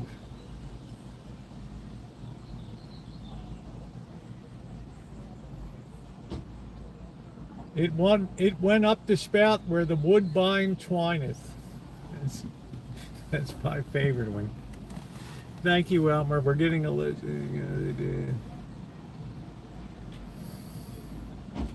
It's hard to take a book that was written in the 1800s and linguistically adapt that to the 21st century. It's challenging. It's like same as Billy Budd up on the spar arms. Well, Miss Tree, you're missing a great piece of literature.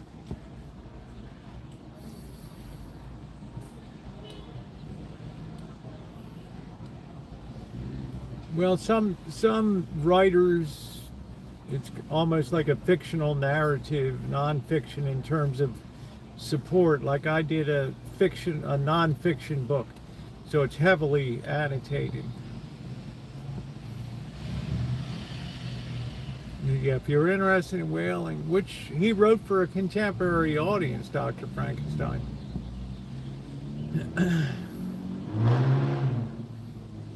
It's like Mark Twain. Some of Mark Twain is really hard to read.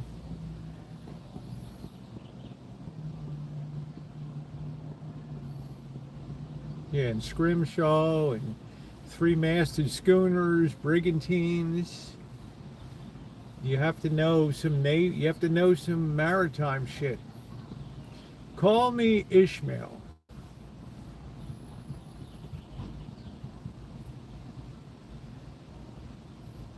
But if you don't read some classics, you're really depriving yourself of some great stuff. Like I can't stand Great Expectations. It's just like, oh shit, I hate that English romantic 1880s period, and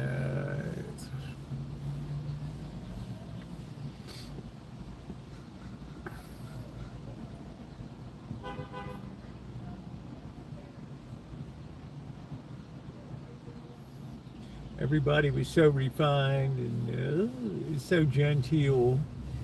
Would you like a bit of tea? Would you care for a spot of tea?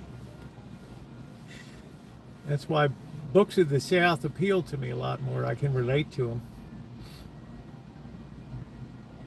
Faulkner's a bitch to read, but you get the message of the South.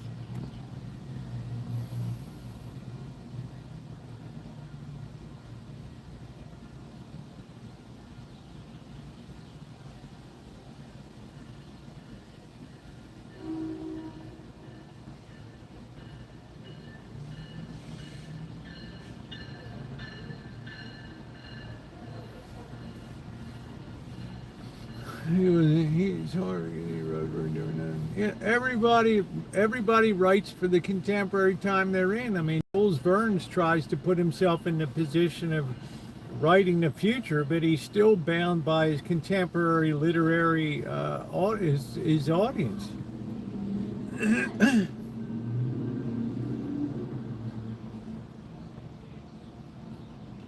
I say that went up the spout where the woodbine twineth, and nobody knows what the hell it is. That was in the 1870s, 1880s. That was the way to say something went up in smoke.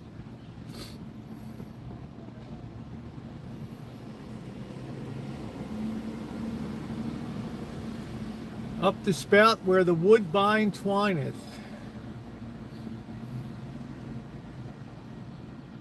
But Mark Twain was the quintessential American writer that made a fortune in his lifetime. That was a rarity.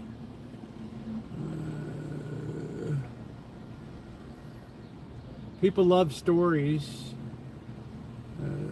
People love stories. He was a scallywag too. He blew town in Reno. Virginia City, he had to blow town. He had a life, and that's cool. You see his old office in Virginia City up there at 6,000 some, can hardly breathe up there. It's pretty cool. Carson City, Virginia City. But he was the author that made a fortune in his own lifetime. What's going on, Ronnie? How you doing?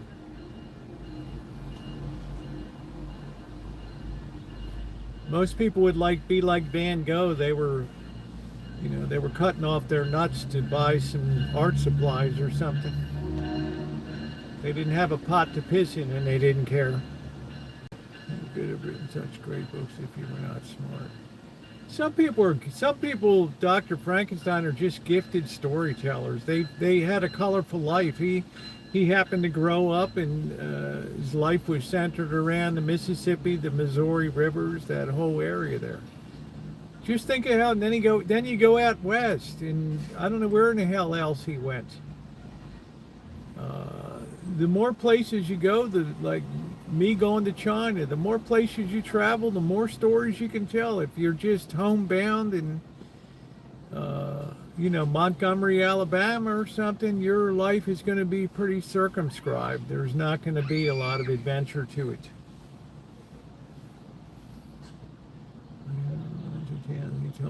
He told big stories, and he was a bullshitter too. And he left some debts unpaid, and he had a trail of people that I don't say they wanted to smoke him, but I say they wanted to shake some money out of him.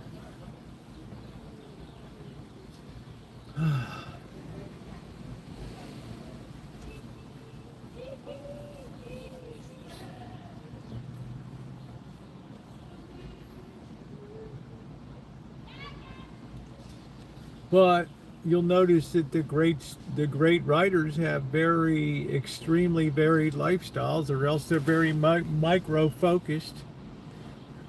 like Harper Lee and Down South in To Kill a Mockingbird. It's a whole movie that takes place in one town. It's all she knew. One hit wonder. What was she going to write for an encore? Yeah, she hit a great book.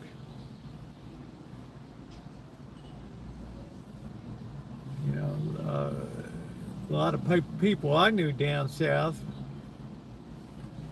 thought she put too grim a spin on the South, and they didn't like it for that. There was a lot of people that really got off on bashing the South, and lynchings, and you compress a lot of years into a story and you think it's going on every damn day and whatever.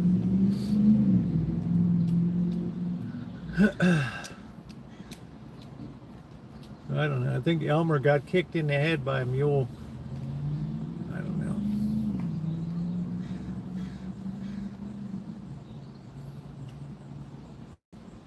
That's the difference between an autobiography and a memoir. A memoir, you put it down and you think of how it changed you.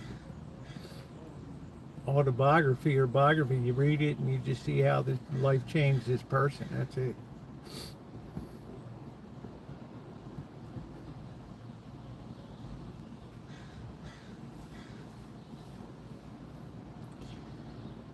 I mean, it took me, 3 weeks to write 90% of the memoir. People who never lived in Seattle. That's what I said. That's what we always said. Unless you live there, it was hard to be on the outside looking in. Like, I wouldn't go up to New England, let's say Boston or up where Angus Kisses is. I would feel very strange writing and commenting on New England ways like Nantucket and Apoctaca, and we was in Nantucket for the weekend, and we had the Pepperidge Farm. I'd have no idea how to relate to that blue blood stuff. Harper Lee and Truman Capote. Yeah, but the problem with Truman Capote, Trog, was he burned a lot of people. Because when he wrote his stories, he didn't really disguise his characters too much. And when he wrote about the party scene, and he had some big party in 1960 or something like that. And he wrote about how shallow this person was, and what a drunk this person was, and he basically signed his social death warrant. Pepperidge Farm remembers.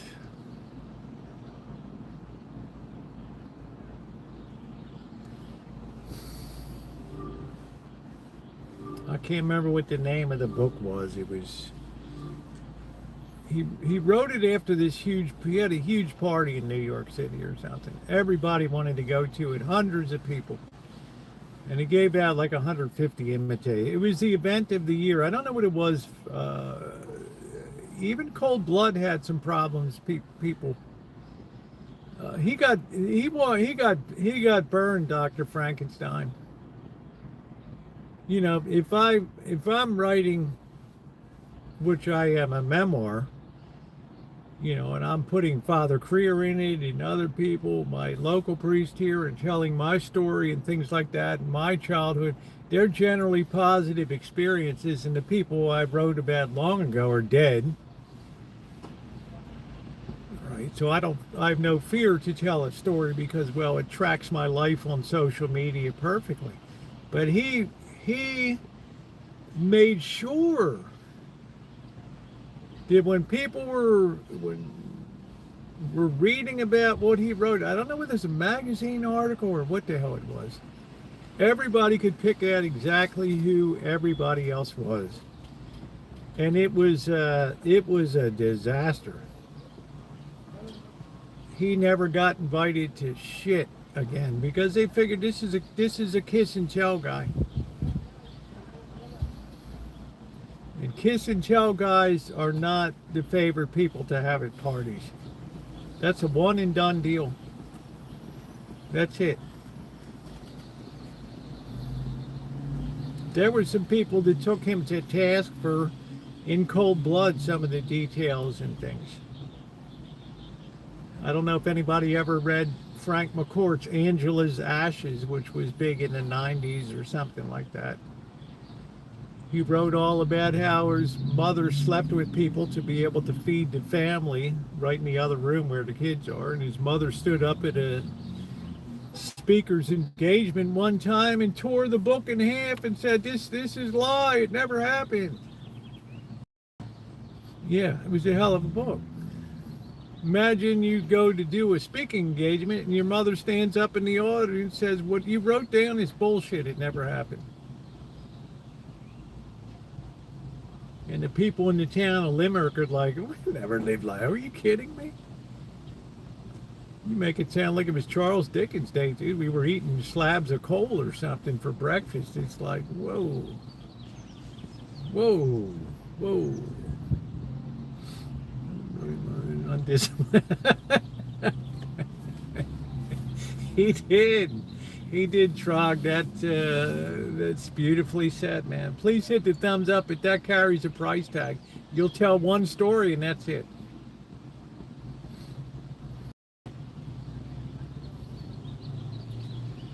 So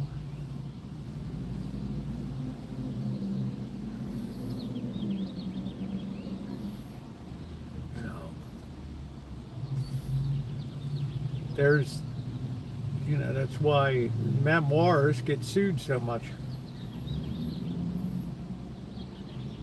And the lawyers, their hair stands on end when they say, oh shit, we're going to go down this road. You better have a signed release on my desk.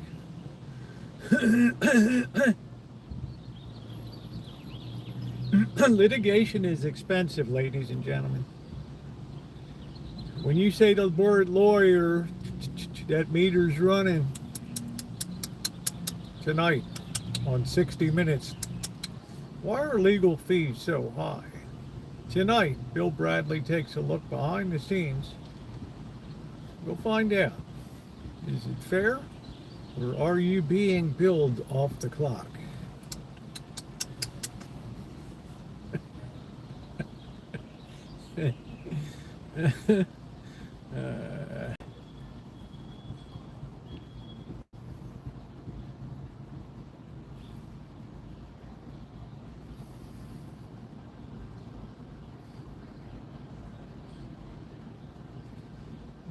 Now you look at the dribble that comes out today, and it's just like,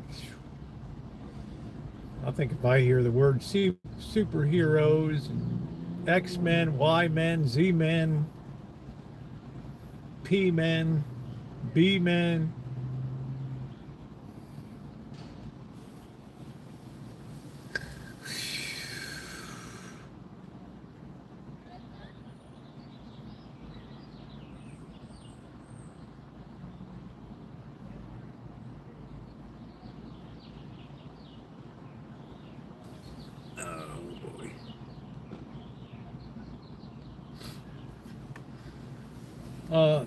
yeah, whole Aliens franchise, Star Wars. I was surprised Star Wars started to lose its traction because the people that were Star Wars aficionado have aged out.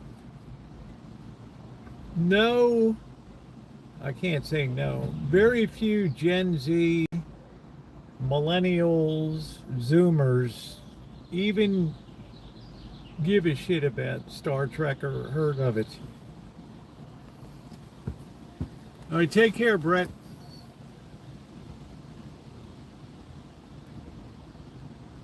It's like how many people are going back and watching Charlie Chaplin movies these days, or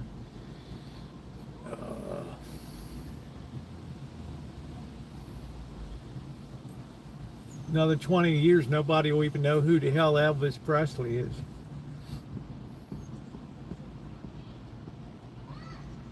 It doesn't want to report.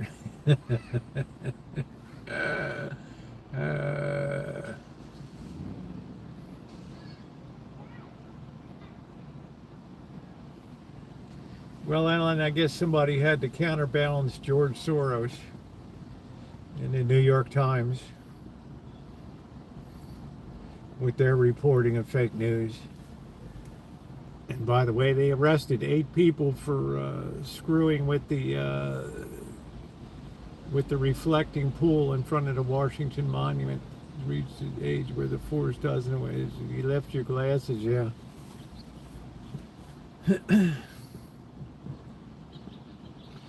all media is biased. I'll say the only thing that counts is what happens in the ballot box. That's it. Everything else is just a sideshow. It's a blur on the way to reality. Yeah, I'm just saying they all have their bias. You know, to expect a news organization, they don't even make any pretense about being biased. You read the New Yorker magazine, you read Vanity Fair.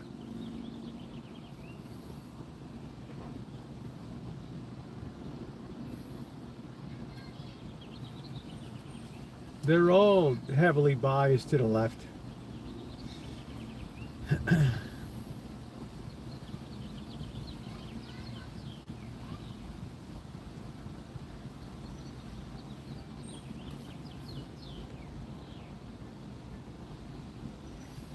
They're all fake. So it leaves you to build your own narrative of what you want to believe is true, and that's the most dangerous part of news, is when we gather that which reinforces our biases and leave the rest. It's been biased forever. It just used to make more of an effort to conceal it more.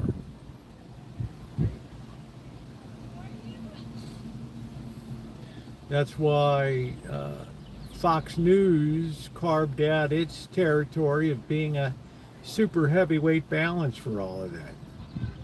And when a lot of people on the left saw that heavy balance to the right, they were shocked. It's like they got a taste of their own medicine.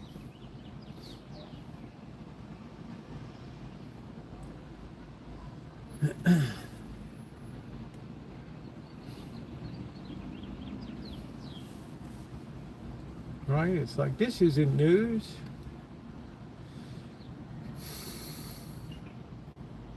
No, it's not. It's opinion shaping is what it is. I read the New York Times not because I don't know it's biased, but I read the New York Times because the writing is excellent. And they still have money to actually have people write stories and thoughtful opinions and other shit.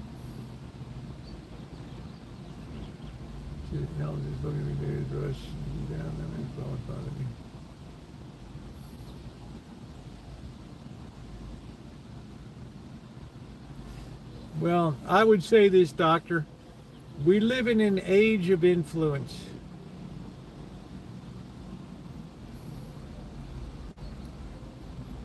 We're in here.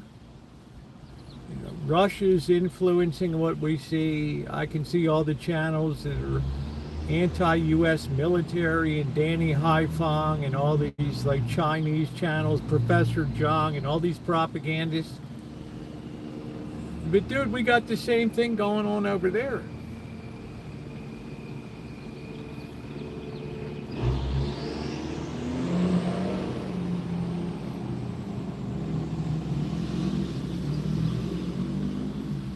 So to me, it's all like spy versus spy. It's just a big shit show. One big shit show.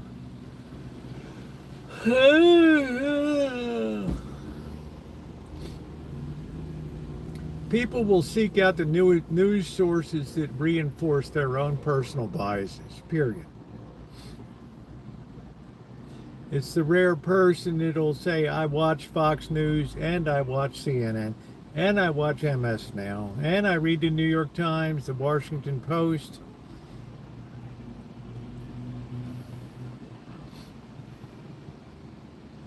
I mean, it's all about your personal bias.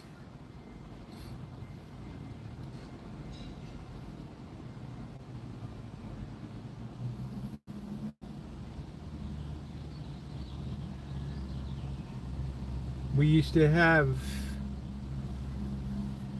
news which now people shape the news. They listen to what they want. They hear what they want to hear and disregard the rest.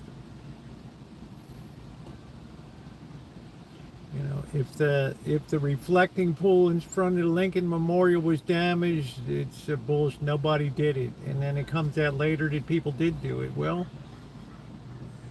you know, you either accept it or you continue, or you go down with the ship and continue to say something that's not true. So it's like everybody picks what they want out of everything. I do, everybody does.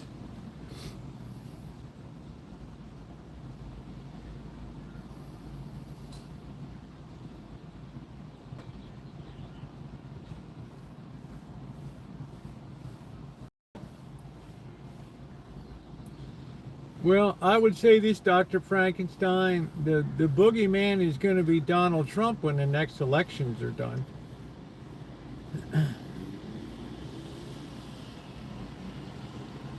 Well, Alan, you said nobody damaged the pool, and in fact, people did damage it.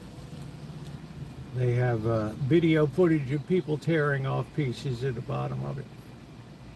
Activists. Embarrassed to say 69-year-old activists. You don't have to dive down when it's 1 foot deep.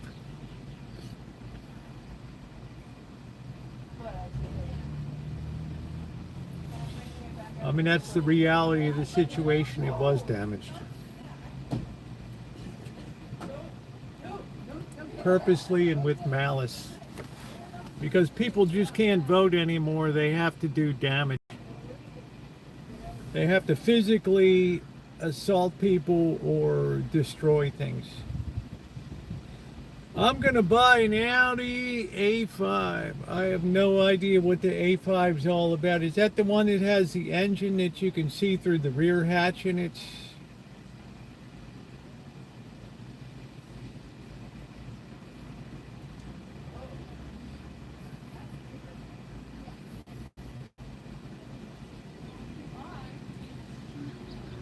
They're not arresting people for fantasy. I'm just saying the greater point is that somebody would feel inspired to damage something that's a public space.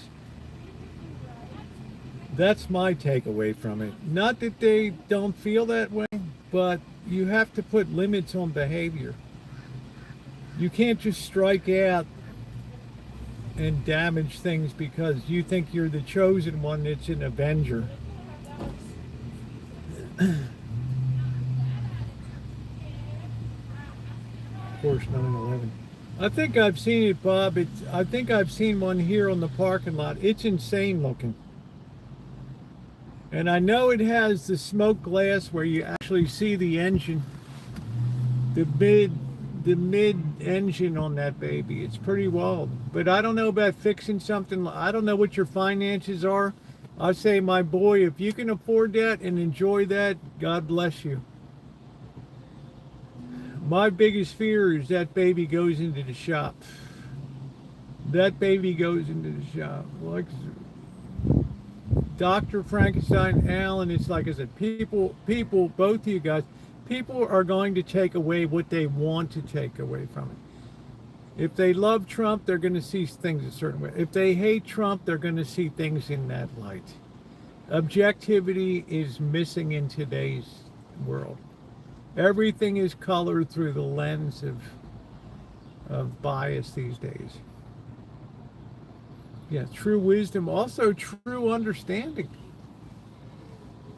I used to be a real dyed-in-the-wool, Adam Smith, free market, Ayn Rand, FU. It's taken me a while to get around to it, say, look, no, there's some overlay of human corruption and greed here at work too. This is not normal functioning. This is outright greed. It's taken me a while to swing that needle. I didn't reinforce myself with what I wanted to continue to hear. like burn them down capitalism. If you can't afford it, like Gordon Gekko, F you. You're either on the road or you're roadkill. Get the hell out of the way. That's a tremendous move.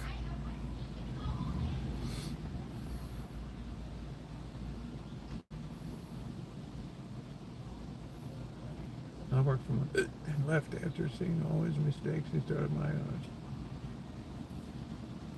You got a very good career there, Bob. HVAC. You go through the proper schooling, the apprenticing, and all that shit gets licensed. It's a really good career. It's a really good career. And HVAC is, in my opinion, it's not that difficult. Most of the times it's going to be a starter capacitor, some type of control board, a relay. You know, it's pretty much it's not a super complicated system. At least the older shit that I work on.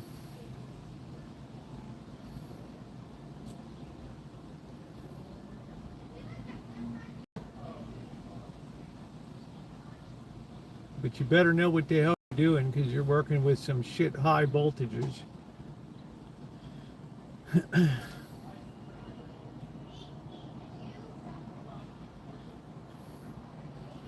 I don't know, do you advertise for felons?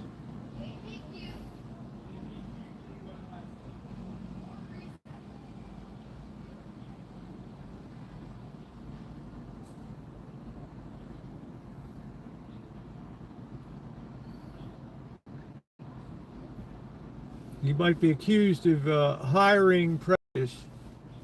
I only hire felons.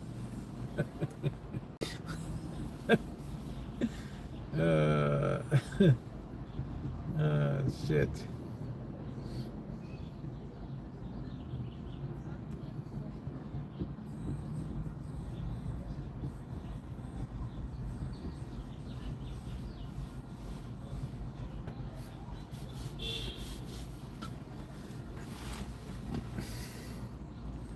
That's some funny shit right there. Yeah, please hit the thumbs up button, guys. Thank you. We're more than halfway here. I appreciate it.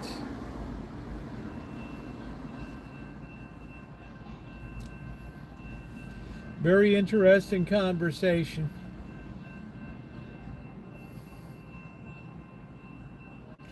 It's like when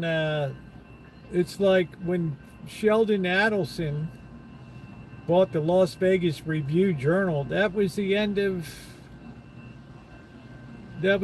independent reporting in Las Vegas. It was done. You couldn't speak any truth about the state of business in Las Vegas. You couldn't report any realities about visitor numbers that were truthful, vacancy, office room, RevPAR, revenue per available room. All that stuff was buried. And then the old lady, Miriam Adelson, the widow, ended up being a huge funnel for the state of Israel.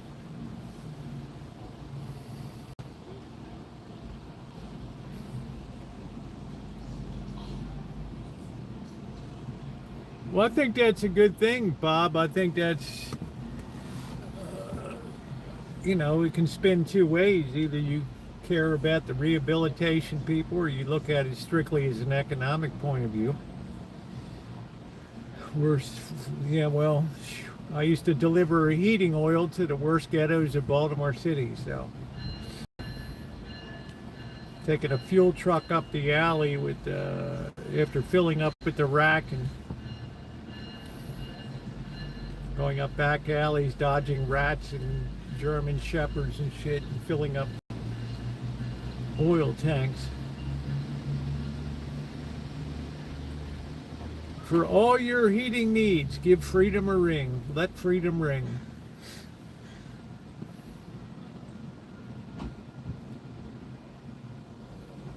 That was a great business in the 80s, man. You could make 500, clear 500 bucks on a Saturday. That was money, man. That was like a 1,300 bucks would be today.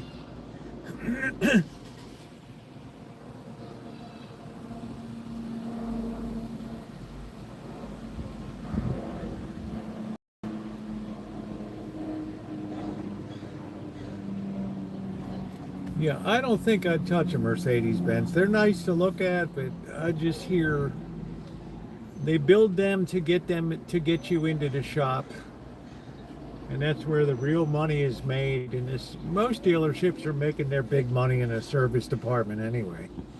I have what used to be Lithia, Dodge, Chrysler, Jeep, Ram down here. They got taken over by Cardinale Group. They bug me all the time. Come on down. I'd answer them and said, dude, I would no more come down to your shop than fly around the moon. I needed to have some simple recall thing done. And it took almost a year for you clowns to do it. And then you tried to charge me when you broke something in the process. You tried to charge me for it.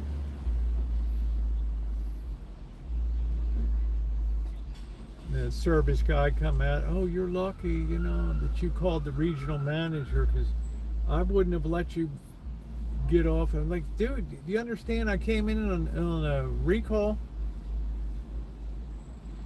You're not supposed to break something when you do a recall fix. You broke something. And let me get this right. You want me to pay for what your boy did in the shop.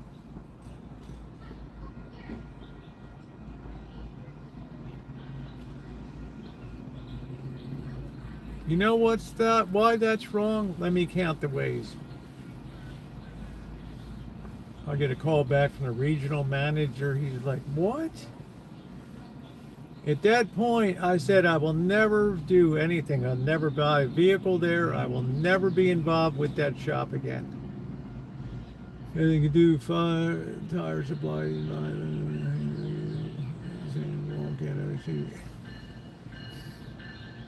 My grandfather's metal, and it was the only one brand new to get in and do tire supply. It does take some courage, because same thing when I was a good humor guy in college for a summer. It was scary as fuck. The irony is you don't make your money during the day at Good Humor. You're just sitting on your ass under a shade tree. When the sun starts popping down about 7 o'clock at night, 6:30, 7 o'clock, sun starts dipping below the shithole neighborhoods, the money flows. And you'd be going up an alley and you didn't know. I mean, I'm talking about I'm talking about neighborhoods that you would think you're out of your mind. Hey, dude, that's your route. You got to run it. You're a college boy. You came in here as a Teamster. Sorry, you get the worst route. You'd be going up these back alleys, ringing that bell, and you didn't know if it was going to be like, hey, bro, how you doing tonight? Hand it over.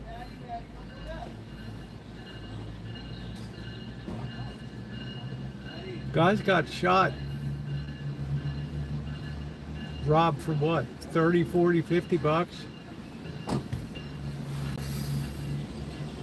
I'm sorry, I couldn't wait to get the hell out of there.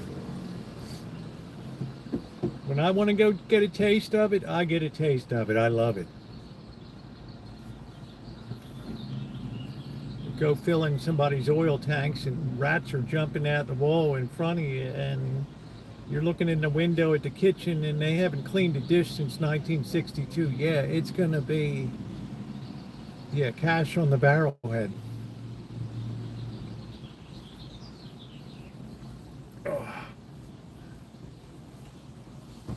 I don't need that in my life anymore.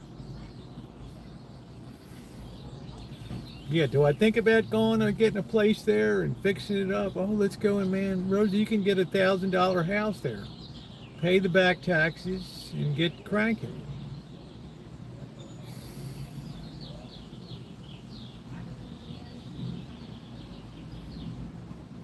It's tempting, I'm not going to lie. A gut and rehab job would be a beautiful content. Okay, Rosie's in a shithole bringing a house back there. For what? To be destroyed again? The only question you have to ask yourself is the tide going up or is the tide going down?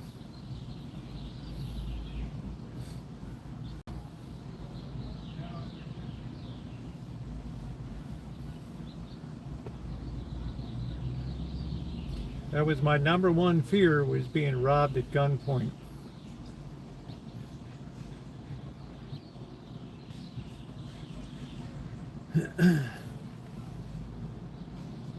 Hey, Callie, are you thinking about moving? No, I'm not thinking about moving back to Baltimore. I don't think, the great novelist Thomas Wolfe once said, you can't go home again. Because what used to be your home is not your home anymore. When I put Baltimore in the rearview mirror and once and for all, in 1996, that was it. 1995, 1996, that I headed west. And I said, I'll go back and visit it. And those visits were pretty bad. You can see them on YouTube. And I don't know. There's some great things. There's a tremendous amount of history in Baltimore. A lot of history, a lot of important shit happened there.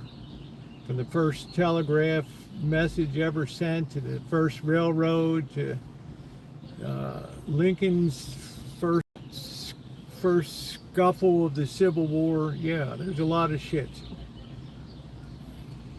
Yeah, well, they're coming up, Bob. This time I'm going to head out a little bit later, about 4 o'clock, so we'll wrap up around 10 o'clock at night. They're going to be great. I miss those back alleys. Now, a lot of the good stuff has been removed. The stuff that was legendary, some of the blown out buildings, they bulldozed them. They're building Section 8 housing.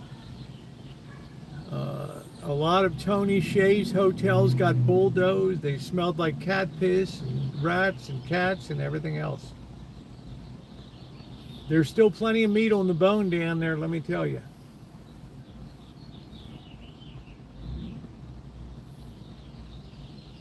If you'll notice, Baltimore is the only city I didn't live stream in or record any long ass walking around video or anything, because it's a whole ramp up in risk and street shit. People there operate with the mentality that no matter what we do, ain't no cops going to be coming around. They're not going to worry about it.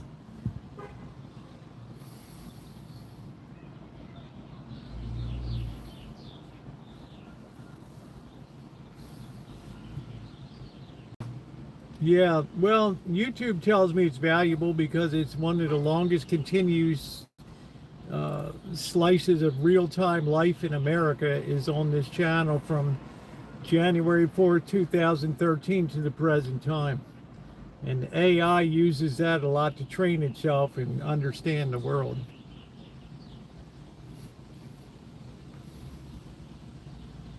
I was coming down 95 with my son-in-law and my daughter and my granddaughter. A little bit of snow riding by, looking over there to the right, passing through the Baltimore Harbor Tunnel and coming out the other side and looking at that Hanover Street Bridge and that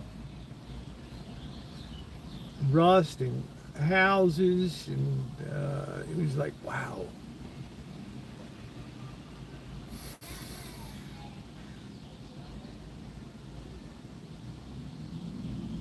You know, there's times in a nation's history, things change, things move on. Detroit's in the middle of a big renaissance, and that's a beautiful thing because they're still building cars, they're still doing shit up there.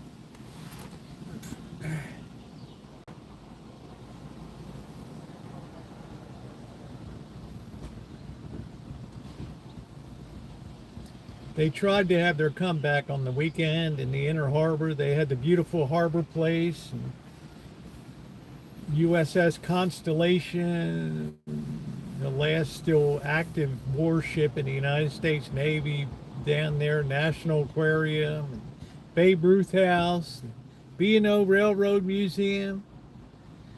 And, you know, the zombies would just come in on the weekend nights and just destroy the place and scare the hell out of people and just run rampant. And, you know, it just killed the Renaissance. So if you did get a place to redo down there, it would be like Eyes Wide Shut. You'd have to. No, I mean, I spent time in Detroit. I liked Detroit. You know, there's still a there.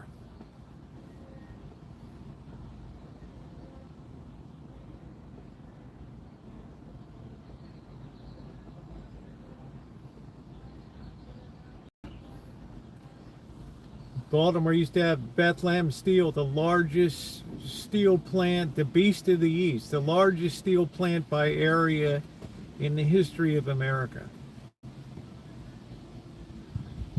Western Electric, Glidden Paints, Procter & Gamble, Coca-Cola, Cross and Blackwell, Procter & Gamble. I mean, they're gone.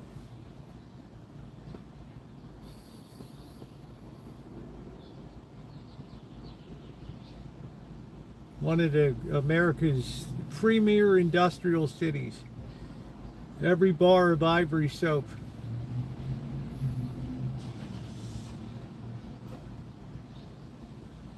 Now it's like boutique.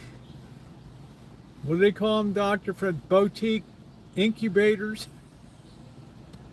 Business incubators or something for maybe something good will come out. I don't know. You had the Key Highway shipyards, Fairfield.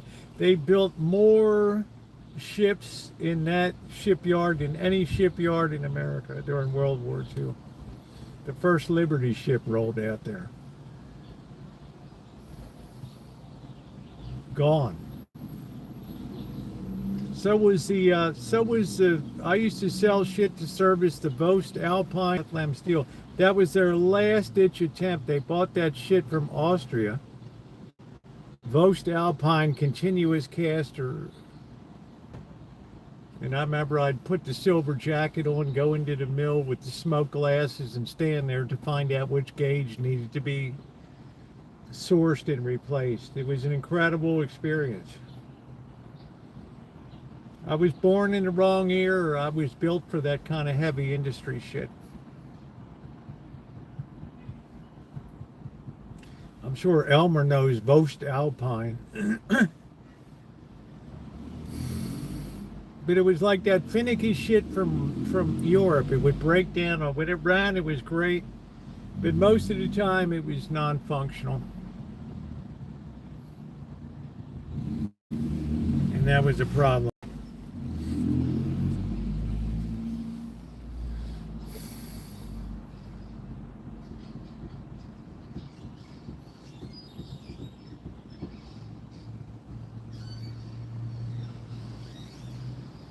And to think, Dr. Frankenstein, all I wanted to be was a mechanical engineer. That was it.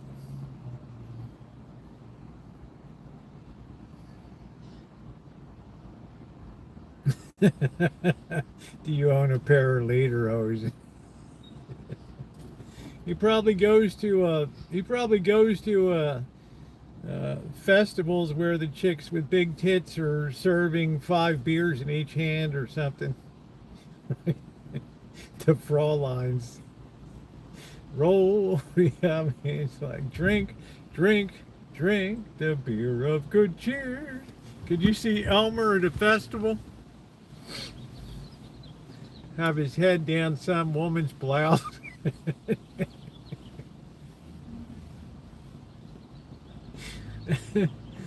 Like General Bookholder, what Burkhalter and Hogan's Heroes.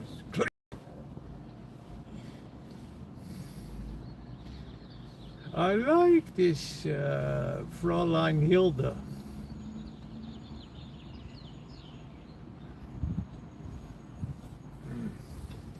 Elmer is one of a kind, let me tell you.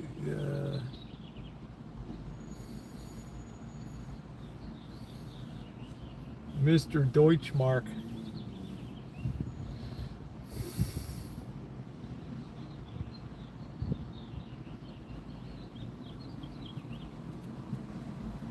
Please hit the thumbs up button, guys. I appreciate you today. We're having a hell of a good time hanging out. We're gonna go. We're gonna do a little bit of walking downtown in a bit. I did have some. I'm gonna have later. I actually cooked some rice up for myself, something different tonight. But I don't know what my future holds. Sometimes I just feel like selling and be going out of here, but like Wine Country said, Wine Country Pebbles said, once you're gone, you're gone. There ain't never any coming back. This is an area, coastal California, that's always going to attract people. Climatologically is always a huge driver of natural beauty, climatological things. People that come out of the South Bay, the Palo Alto and Mountain View, and they all want to get the hell out of there and see some open countryside, and open vistas.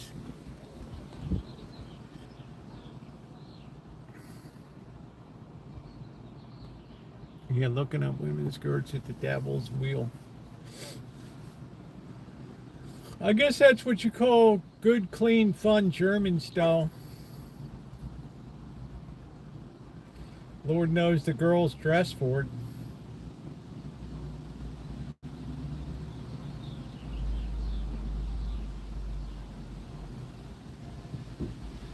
Good old Germany.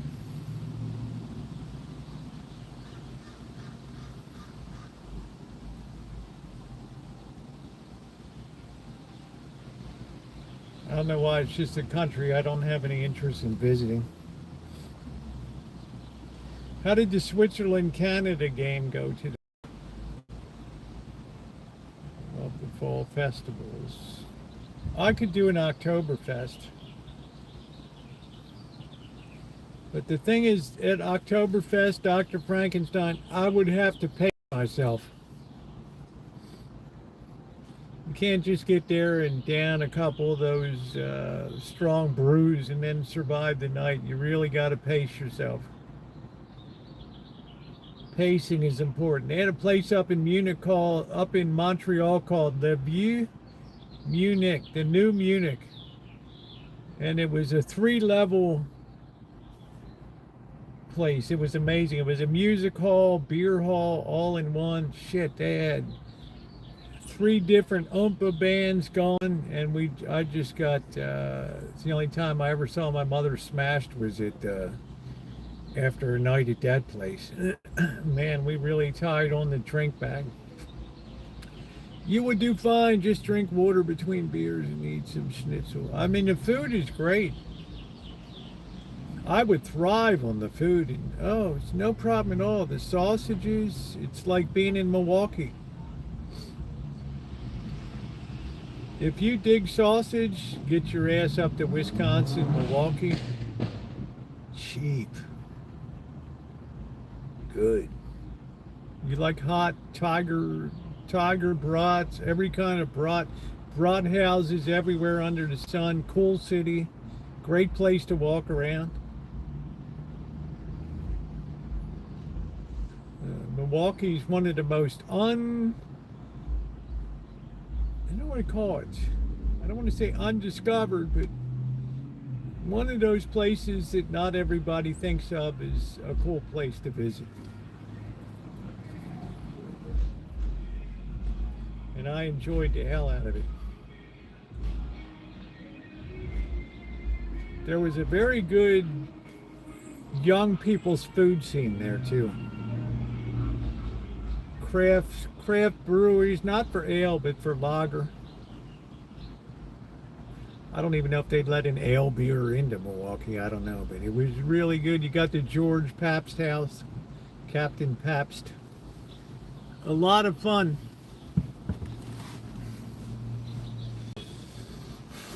I'd go back there in a heartbeat. But I'd like to see it in winter time.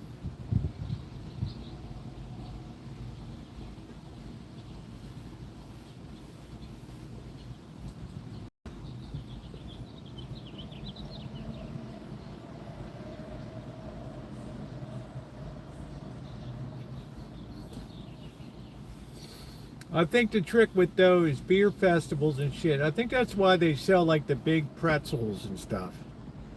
You have to really eat while you're drinking, and you have to really hydrate. One, for every beer, you need to drink a big glass of water. But you'll be whizzing. And where Ronnie is, could you imagine the meat scene up in Sheboygan? I mean, you know they got restaurants in Sheboygan that are all about the brats. You got so many people that work generations in those factories that know the exact way to make good brats. Yeah, I would say Chicago's my top spot for affordable, great food. I think it's the last city where you can find great food for a decent price. I look past all the shit with the mayor and all the bears leaving town, the bad blood of that. But if you ever take a folding chair, and thank you, Mr. X, take and sit on the edge of Lake Michigan there and look at the skyline and just sit there at night in the park. It is one of the most incredible. It's like sitting across the water from Toronto in Lake Ontario and looking at the skyline of Toronto. Magnificent cities.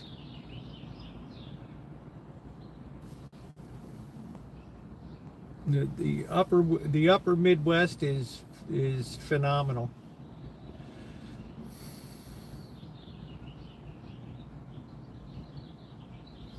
A lot of people talk down about Green Bay and stuff. I'd love to visit Green Bay. I'd love to see Lambeau Field. December 4th, 1962. Lambeau Field, game time temperature 17 below zero, wind chill 42 below. This is football, Wisconsin style. It takes no prisoners. It doesn't care whether you're cold, frostbitten, whatever. You came here to play football, and football you will play. I love that father-son that had those NFL films and narrations. They were the best. Oh, that's when football was glorious, man. That was, I don't want to get tears in my eyes.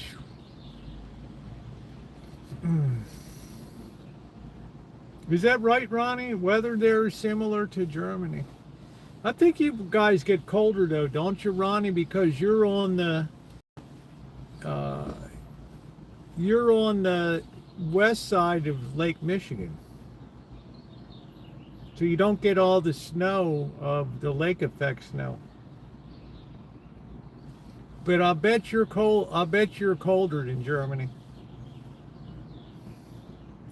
I mean, where you are, that temperature just plunges in winter.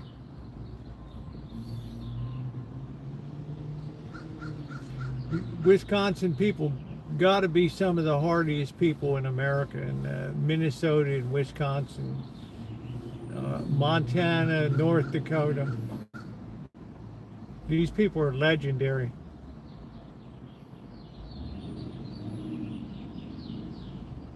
I mean, they'll go skating while the rest of us are trying to keep our nuts from falling off because of the cold.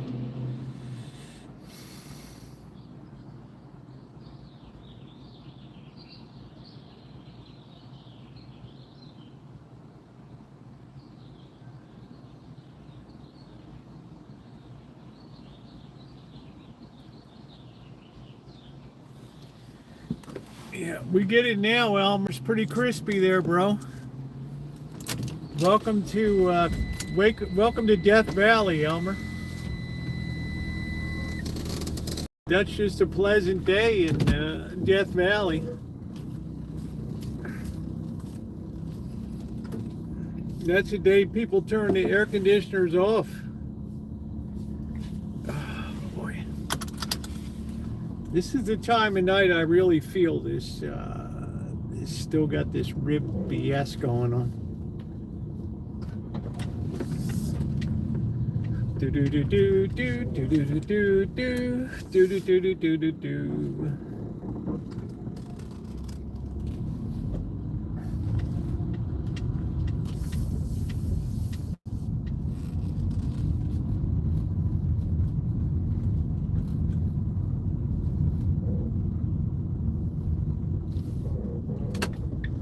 Oh, somebody broke a window there? Oh, that's not good. Oh, boy.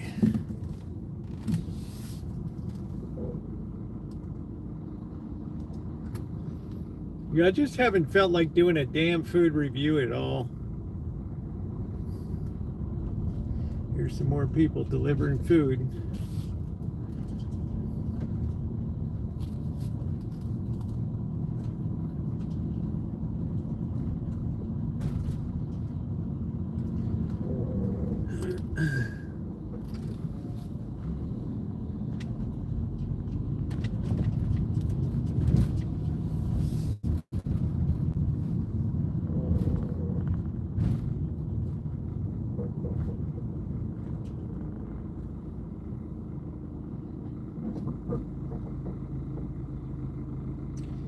Please hit the like button if you're coming in, or if you've been here, please take a moment to like the stream. I'm very appreciative. Small gesture.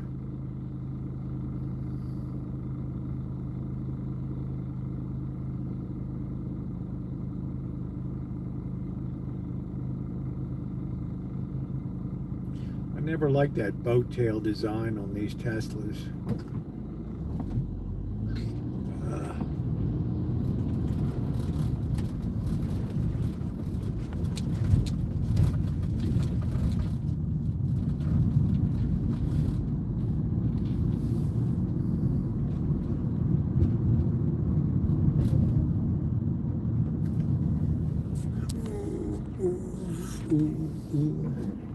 Hit the road, Jack. Don't you come back no mo, no mo, no mo, mo. Hit the road, Jack. Don't you come back no mo. Oh, oh, oh.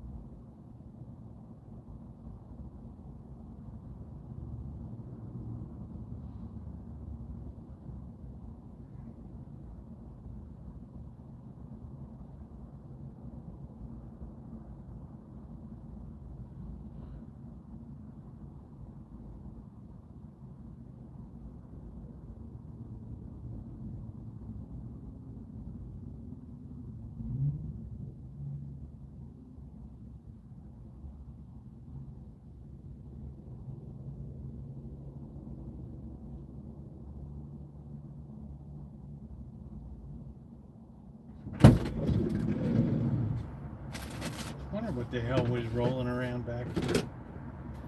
Oh man. Got a darn paint can rolling around.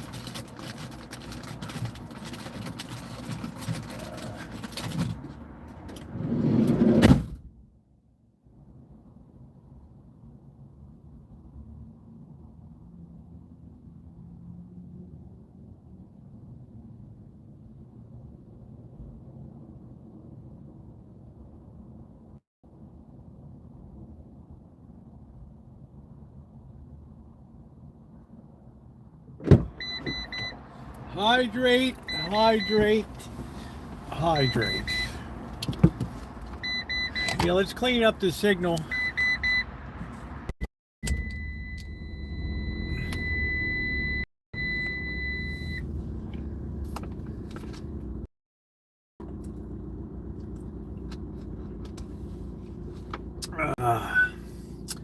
Hydrate, hydrate, hydrate. 71 degrees.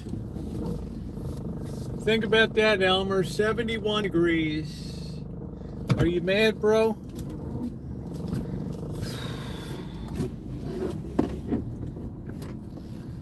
Oh, you can't even sleep with the windows open here in summer. You freeze your tuchus off.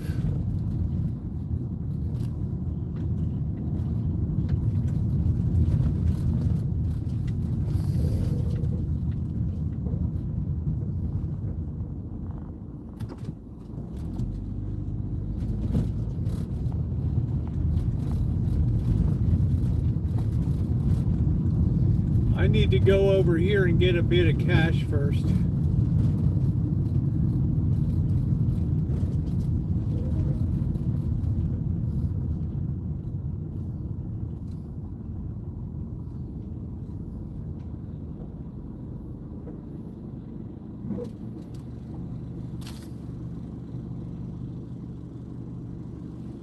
Walk sign is on to cross B Street at First Street. Walk sign is on.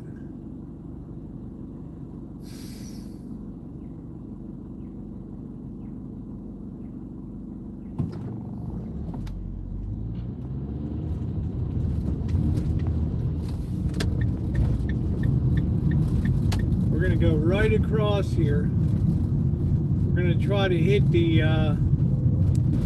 Merrill Lynch office. Has a Bank of America outside of it. I'm so glad there was still one Bank of America cash machine here. There's our brutalist architecture City Hall. Let's have a contest for the ugliest City Hall in America. Yay!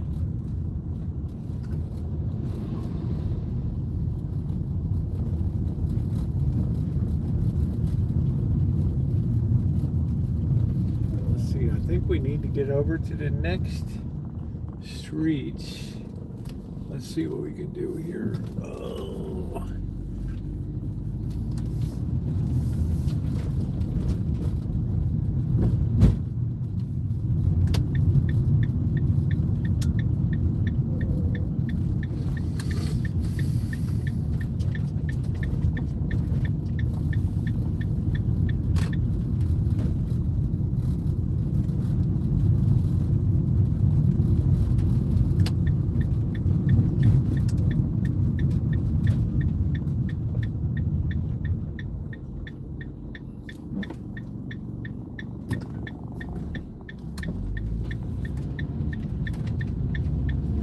We're going to try to pop a U-turn down here.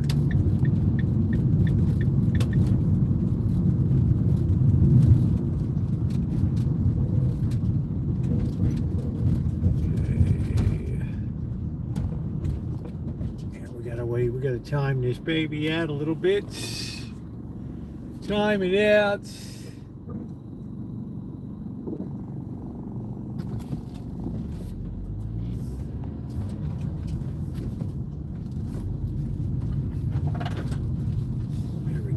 Classic Baltimore move right there. That's it.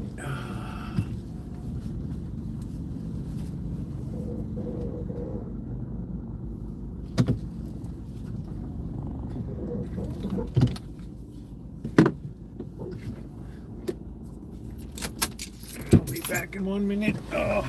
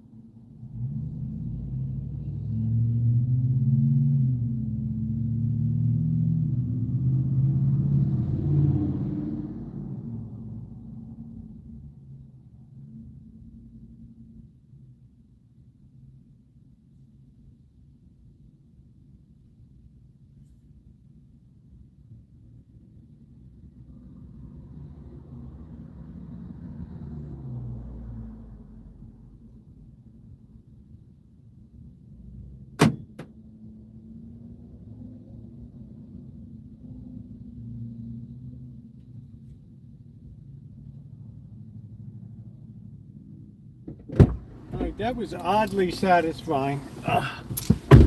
You see cash come out. Yeah, the signal improving a bit.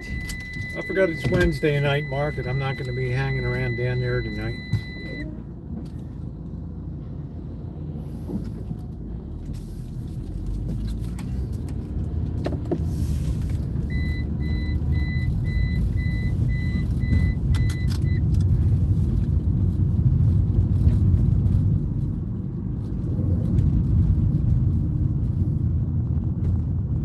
Signal should pick up a little bit, Ronnie. I don't know. I'm just...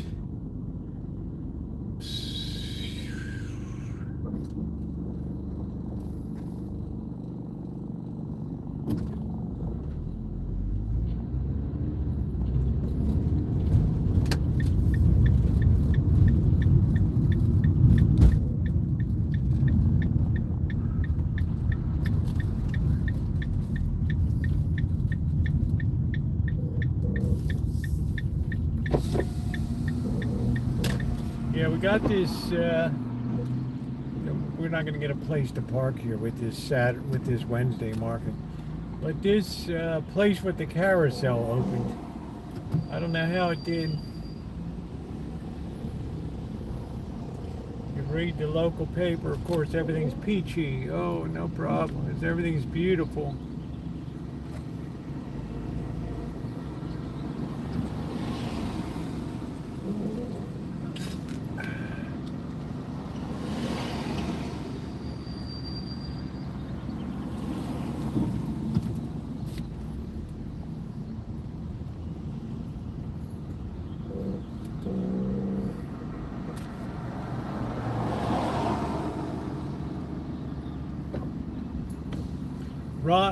Elmer's roasting.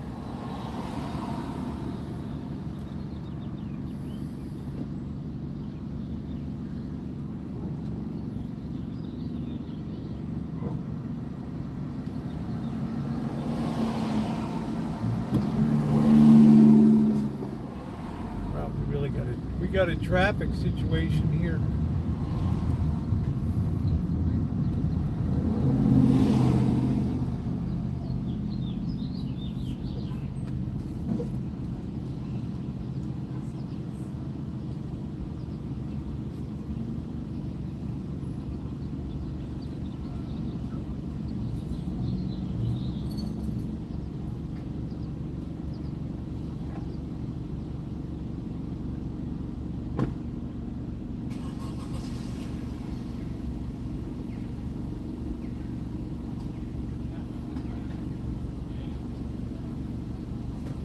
Slow going tonight. Everybody and his dog is down here.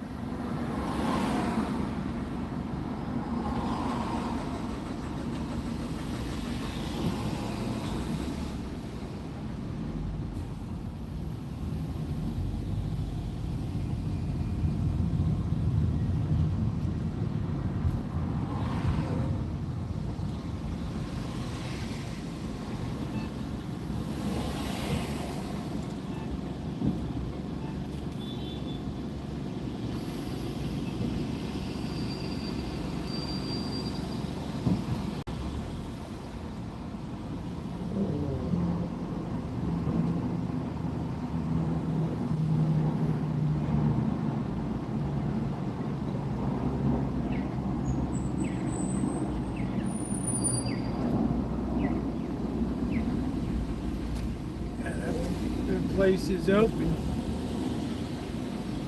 I don't know how they did.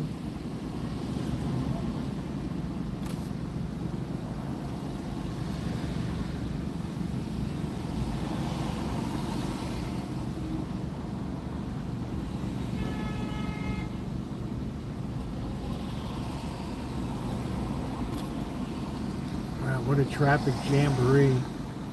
How you doing, Angus Kisses?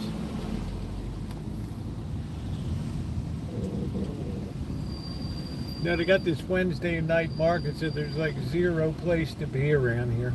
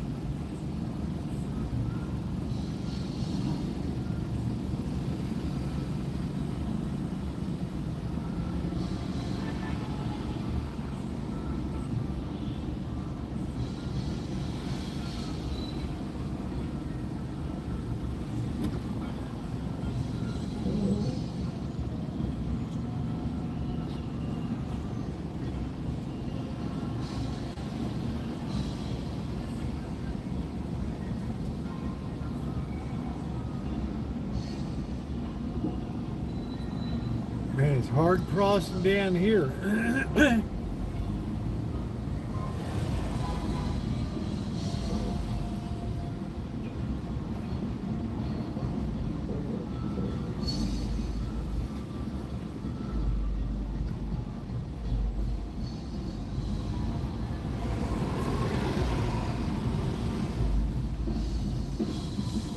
It's Mexico night.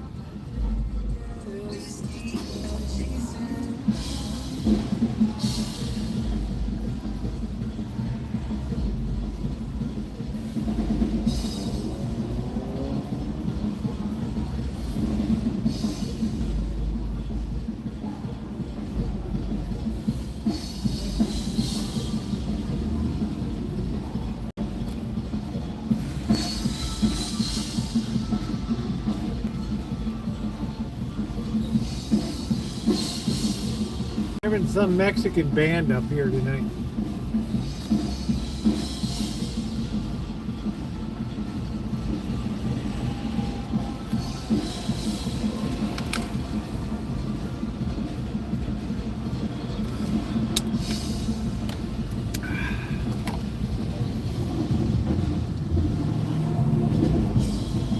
Man, they're checking IDs there. Wow.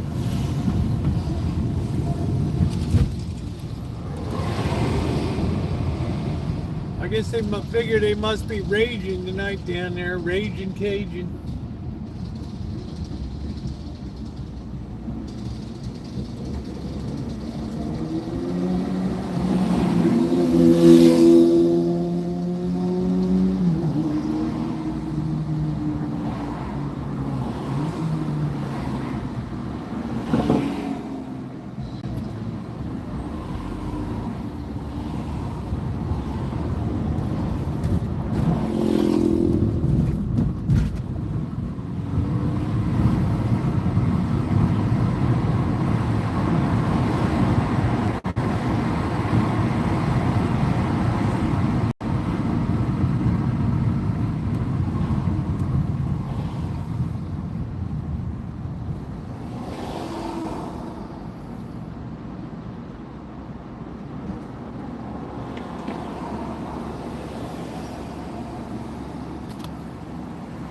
How are your dogs doing, Dr. Frankenstein?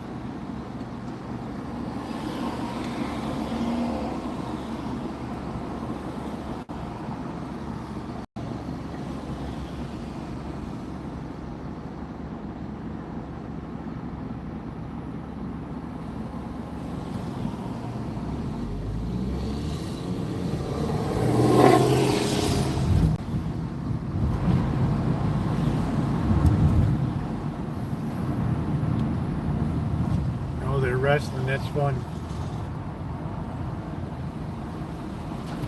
That's funny.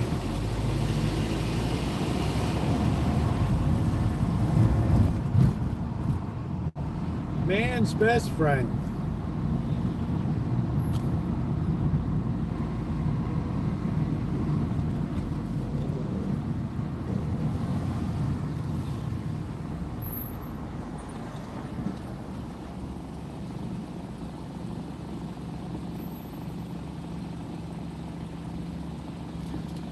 Hey, Icy, man, I wish ribs would heal faster.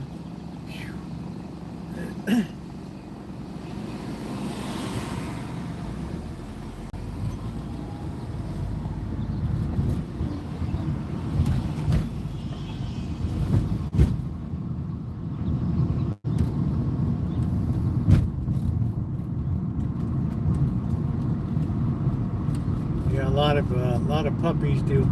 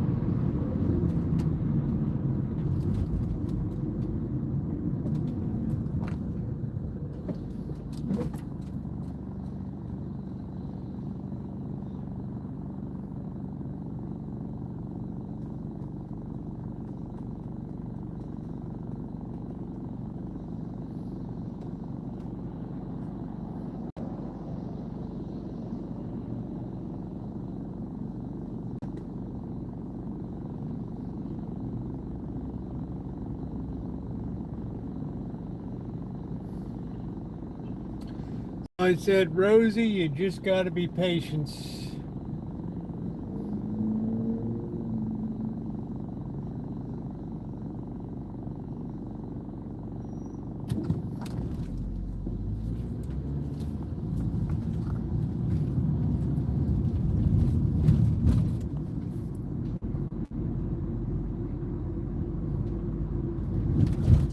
That little Honda's for sale. That might be a nice little car.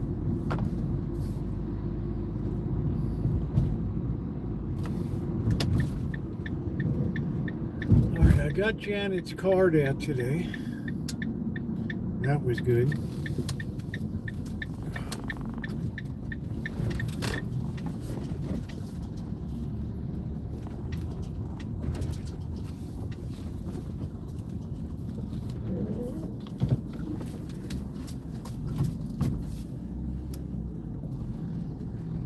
Yeah, I don't know, Ronnie. I think it's the time of year. Summertime is really tough on signals. I don't know. Las Vegas, we have no problem. We have no problem at all. Yeah, all the cats are still here. Yep. They're not going anywhere. They have a whole neighborhood as their feeding grounds. They're not going anywhere.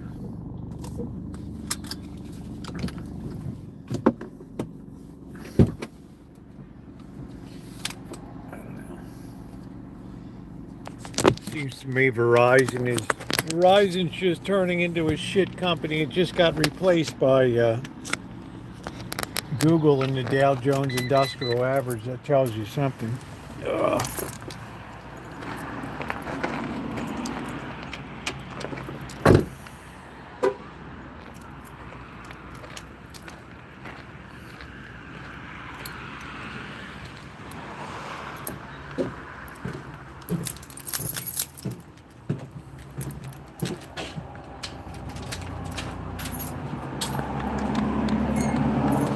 Ooh,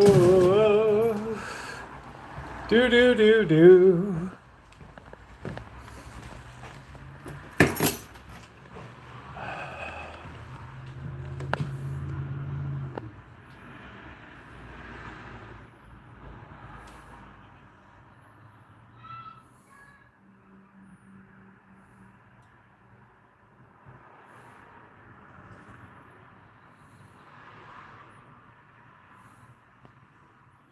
Simba loves his little grass catcher bag.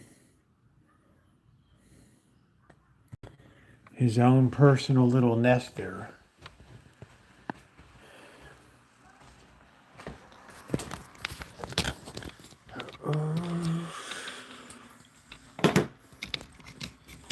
Yeah, we had trash day. I heard the trash truck rumbling down this morning. Woo! My boy made about as much noise as was humanly possible this morning. Yeah. Yes, yes, yes, he did. He was doing that 10-foot can drop. Boom. Boom. Boom. It felt like bombs going off in the neighborhood.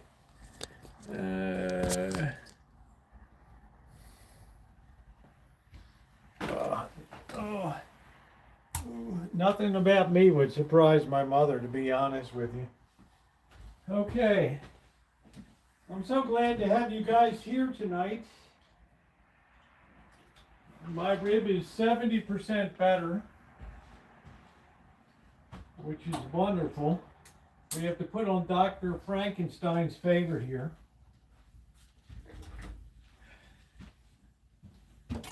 Oh boy.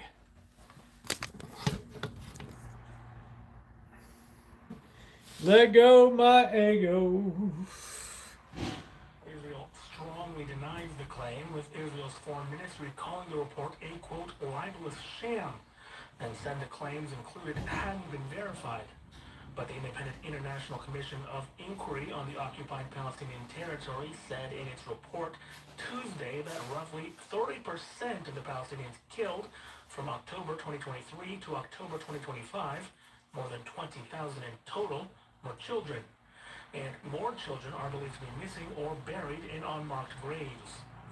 The report also said the toll the conflict had taken on children in Gaza amounted to war crimes and genocide, building on accusations it first made against Israel in September. It also focused in part on children the commission determined were killed by quadcopter drones and sniper fire, often via a single gunshot. Doctors interviewed by the commission said autopsies in those incidents, quote, indicate a high degree of precision in the use of force, suggesting that the shooting was carefully aimed. I still can't believe, Bill. Or the result of you guys were so great. Children have been killed mainly two ways. One, through airstrikes. Angus Kisses, I'm at 70%, babe, which is all things considered, I think it's pretty doggone good. Cheers, everybody. Let's hit that thumbs up button. To their head and upper body. The report identified that's nice. within the Israeli army operating in areas where children as young as that is nice. We're gonna have a few peanuts tonight. The report also noted cases in which children I always get requests, Rosie, for God's sake. October of last year, including sophomores said to be collecting firewood in areas of control. Here's Commissioner Chris Sidoni. According to your report, How come I do that all the time? shot by an Israeli military patrol as he was leaving his house. The patrol had been in the area, but at the time, there had been no fighting taking place. He was shot, badly injured. I always lose the pick inside. He was surrounded by a company of Israeli soldiers who were chatting and probably some of them smoking over a period of 45 minutes while this 14-year-old boy went to bed. His mother was watching from the house that he'd just left, and as the child sought to leave the house, as the mother sought to leave the house to go to the child to rescue him or attend to him, she was shot at by the Israeli military patrol. There can be no doubt in anyone who reads today's report that every international legal norm has been violated by the actions of the Israeli authorities towards Palestinian children, and they need to be held accountable. Yeah, it sounds out of tune. I can't worry about it tonight. Children killed were suspects. The Israeli security forces. All right, welcome in everybody. John Denver. Portraying them as terrorists rather than casualties. No, every time I play it so well I get a copyright match. 12-year-old boy in Wednesday in southern Gaza, according to health officials at Rancho hospital. I play it too well. At least 7 others. Usually you can mangle a song and it's like, you know, it won't pick it up. But for some reason it picks it up. What it called a Hamas terrorist without elaborating. Condemned the murder. I'm telling you, Dr. Frankenstein, the momentum is shifting. The missile fell on their heads. Why? Were they fighting? They weren't fighting. He was going to school. From school to home. Why? Yesterday's independent report said that by targeting children, Israel is eroding the foundational structure of Palestinian What is the number society, one campfire? weakening its demographic I've been working on the vitality and railroad. Palestinian people's ability to sustain themselves Camptown and exercise races. their right to determine their own future.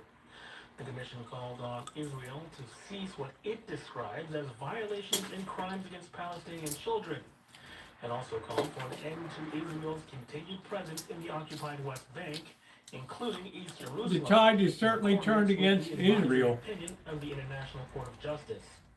Based on all the evidence gathered, the report makes legal findings and concludes that the Israeli authorities and the Israeli security forces have deliberately targeted and killed Palestinian children and destroyed their childhood.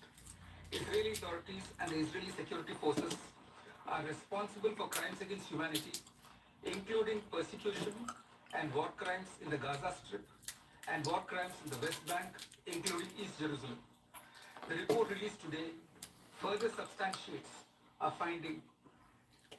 The commission said it has identified specific military units. There's always been a tension. That it alleges are responsible. My for aunt was finally with Don of Denver. Palestinian children. It recommends that Israel and all UN member states take steps to ensure accountability for those crimes.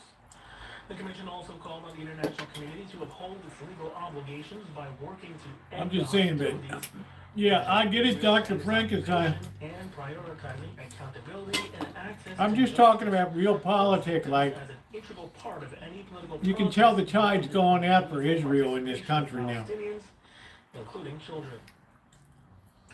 You saw that in New York elections last night. Of understanding between the United States and Iran are still being worked out. Some All the nations have already been anti-Israel This week, the United candidates States loosened up sanctions on Iran, allowing kicked them to ass import last night. Iranian oil to the U.S., despite President Donald Trump's weekend threats on social media against Tehran.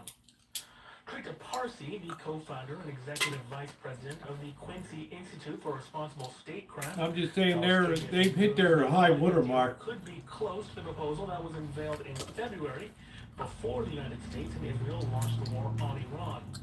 He spoke with KPFA's Christina Onestad.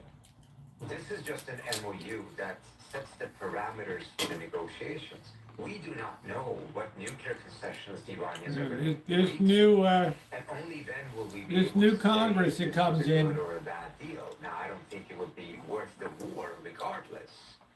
But I don't think just they're looking gonna at immediately what follow the US is fall willing for to the put on APEC table, money, which is full sanctions relief, does not tell us the because full that's story all of they what the got to. final deal is That's going all to they be. have is We money. may very well end up with the Iranians giving nuclear concessions far beyond what they gave the Obama administration. Sheldon Adelson's wife. For the simple reason that Trump is willing to put all sanctions on the table, which is not the This approach dual of the Obama citizenship. administration. So could these This dual agreements have been citizenship is reached bullshit. without war? Yes, there was a deal on the table back in end of February that I think would have been very good for the U.S. I think it was a mistake for the U.S. not to take that deal and declare victory and instead choose to declare war. It will be very interesting to see what the final deal will be in comparison to what was on the table towards the end of You February. know, are you a citizen of America or are you a citizen of Israel? Things that the Omani foreign minister shared with the media at the time, and he was the mediator, was that the Iranians agreed to not have any stockpile of enriched uranium at all. That they would only enrich uranium for 2 reactors, and it would mean that they actually wouldn't need any enriched uranium for another 5 or so years, which means that they wouldn't be enriching uranium at all for 5 or so years. These would have been very significant developments. This is more than what the Obama administration got, at least on those variables. But of course, there's more variables involved in terms of inspections and other things. And it will be interesting if the final outcome is, similar to that, beyond that, or much less than that. If it's much less than that, then it's very clear that even Hey Jay, how are you? right before the war, there was a better deal on the table. So the question is, was it worth it? I personally don't think any Yep, we're really make it worth it. we're 3 days into This was summer. a completely erroneous and illegal war. There was no justification for The it. feast day of War John can the only Baptist. happen if the U.S. is attacked or is about to be attacked, and that was certainly not the case here. Moreover, I think we should not have the expectation that the United States can essentially lose a war and get a better outcome in the negotiations than what it could before. That's just not how the world works. Yeah, that Straits of Hormuz was the sanctions relief on the table. He may was end the up getting more than unanticipated Obama got. problem. That's because he's giving more than Obama was willing to give. I'm glad, just living life. That's An wonderful. important development, because at the end of the day, these sanctions are not supposed to be permanent. Although almost all of America's sanctions end up becoming permanent, they're supposed to be leveraged, things that the U.S. is willing to give up in order to get. I'm waiting for Cuba to And flip. those who are objecting to him giving a lot are doing so without knowing what he will get. And if he gets a lot, then that's actually a better bargain than to just hold on to these sanctions and make them permanent and essentially make them into perpetual punishment of a country and its I society. think Cuba's gonna be the next I one. mean, I've Are already you heard buzzed, Kitty? people Why are say you Iran is buzzed? Iran's benefiting from this deal the most. Why are you What's buzzed? your take so far on what's happening? I think it is erroneous to conclude that quite yet. It may very well end up being the final thing. But again, we don't know, because we don't know what the final outcome is going to be. I studied Zbigniew Brzezinski in political science. His daughter's a mucky muck on MS Now or something. President Donald Trump abruptly canceled plans today to sign a major amazing. bipartisan housing bill. Nita Brzezinski. Won't sign it until Congress passes his. Her father had a boss haircut though, that crew cut. He called that a, quote, national emergency in a true social post and did not address the housing bill afterward at a GOP lunch on Capitol Hill. The housing bill, aimed at lowering costs by boosting home building, passed with large bipartisan majorities. Trump earlier in the day dismissed it as of, quote, minor importance. It is unclear if Trump had only delayed the signing of the bill or if he plans to veto it. Under the Constitution, the president has 10 days, excluding Sundays, to sign or veto a bill once it's presented to him, or it automatically becomes law. House Speaker Mike Johnson defended the delay, saying Trump still has time to sign within the constitutional 10-day window. Some House Republicans, led by Representative Anna Paulina Luna Save America bill passes, forcing leadership I just to wish scrap ribs Senate were votes faster today. healing, that's all. Democratic Senator Chuck Schumer of New York said Trump was, quote, making a fool of himself, adding there may be enough votes to override a potential veto. The move comes as a federal judge in Boston permanently blocked most of President Trump's first executive order overhauling elections, ruling it unconstitutionally intrudes on states and Congress's authority. Boy, there's a lot of lawyers employed, I'll tell you that. U.S. District Judge Denise Casper's ruling makes permanent an injunction That's killer, she man. issued a year ago. The order would have required documentary proof of citizenship to register to vote. Ronnie, you know what? The days are getting shorter. It's hard to believe so early in the summer the days get shorter. Casper found the Constitution gives I know, I can't do a damn thing authority over elections except bitch to you guys. violation of separation of powers. She noted there's no evidence of the widespread voter fraud the order claimed to address. A coalition of 19 Democratic attorneys general led by California and Nevada sued over the order last year. California Attorney General Rob Bonta said the coalition will keep fighting similar efforts, including a second Trump elections order facing a... Yeah, we'll have our heat waves all the way through September, October. Mike Johnson said he's looking at a third budget reconciliation bill as a path to pass the same... My pain level's about a 3 out of 10, which is great, because the first day it was 180 out of 10. Democratic opposition. Johnson said he discussed the plan with Monday it was about 80 out of 10. that would let states opt into election integrity measures in exchange for federal funding.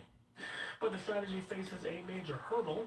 It's the worst damn pain because you always have to move, getting up, sitting down, and laying back, getting up, turning the wheel, driving. You're always moving, reaching for something. Cannot be placed in reconciliation. Man. Johnson met with the House Budget Committee to pitch the plan, but fiscal conservatives Makes it kind of sucky. Chip Roy warned that they won't back a budget resolution unless it's fully paid for year by year. Other members argued the proposal falls short of the Full Save America Act. I always tell myself, don't worry, Friday's coming. Said he remains optimistic that I just hope they get YouTube straightened out.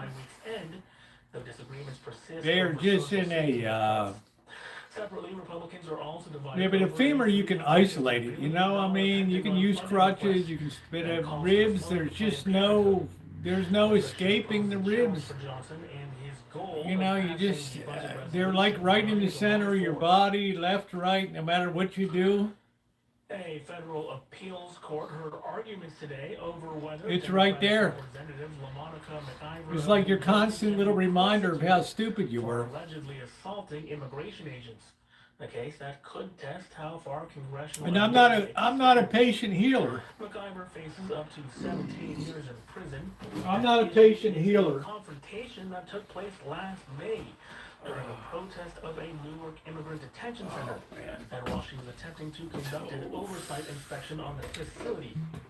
She's accused of using her full... We're going to be sad when that Wolcott is gone. Confrontation as officers moved to arrest Newark's Democratic Mayor Ras Baraka on trespassing charges at the direction of the then Deputy Attorney General Todd Blanche. Baraka was ultimately never charged. No one was injured. And federal prosecutors Yeah, any broken bone. I've never. The only thing I've ever had is fractured and bruised ribs. That's it. I've never broken anything else. McIver's lawyers argue I've had fingers dangling down from being disconnected or whatever. For her politics. Justice Department attorneys countered that what she did was assault, which is never a protected legislative act. Judges pressed both sides hard. One question McIver's attempt to make use of... I don't know. Yeah, it was pretty painful, Tay. It was pretty painful. Charged for activity related to their work as legislators, citing a There's our mandatory siren. the limits of that immunity. Another judge seemed open to the argument that the Trump administration is singling her out for political reasons, asking prosecutors if any other lawmaker has faced I love this. charges. We had an earthquake alert this morning. Take cover. Earthquake alert. Earthquake alert. Immediately take cover. I'm Scott Baba. You're listening to the Pacifica Evening News. I didn't move a muscle. Right after this. I stayed right where the hell I was. I didn't move a bit. Uncle Julie, do you even know what the cloud is? Of course, it's where you keep pictures of cats and your taxes. That's not... Okay, what about algorithms? Are those the fancy moves the kids are doing on TikTok? Wow, we are so doomed. Oh, yeah, we don't need any of that stuff. because This we has got been kids my that- this has been my bourbon Yep, discovery it's on of the radio, turn 2026. the dial, and boom. Wolcott's fine charred American oak, distilled by Barton, 1792. Even you can handle that. Exactly. This has been Where simplicity meets brilliance. And a it's listener beautiful, supported, beautiful so it's revelation all about to me. community. Did you ever have something, Dr. Frankenstein, where you bought something and you never expected it to be that good?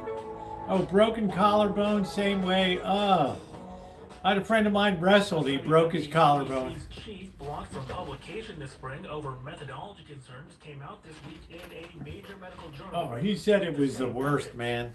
The study was published in the leading peer-reviewed Broke his collarbone wrestling. Oh, wow. I mean, it's just like...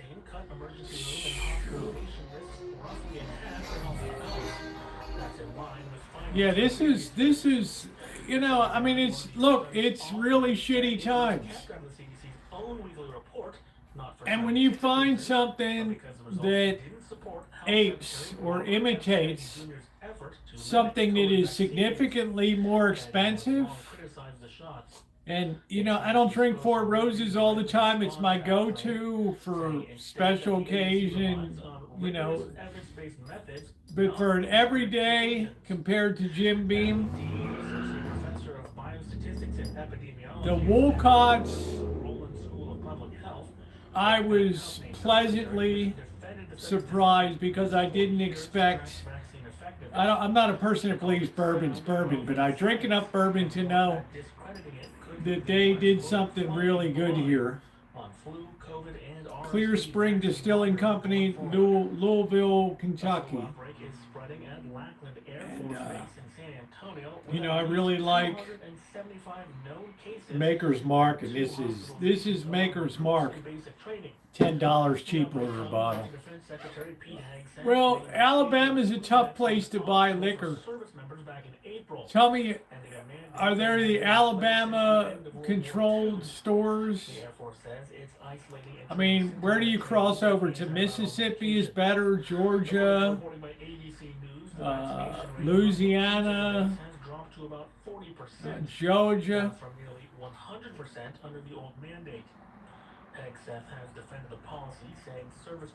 I'll just load up my damn trunk and that's it.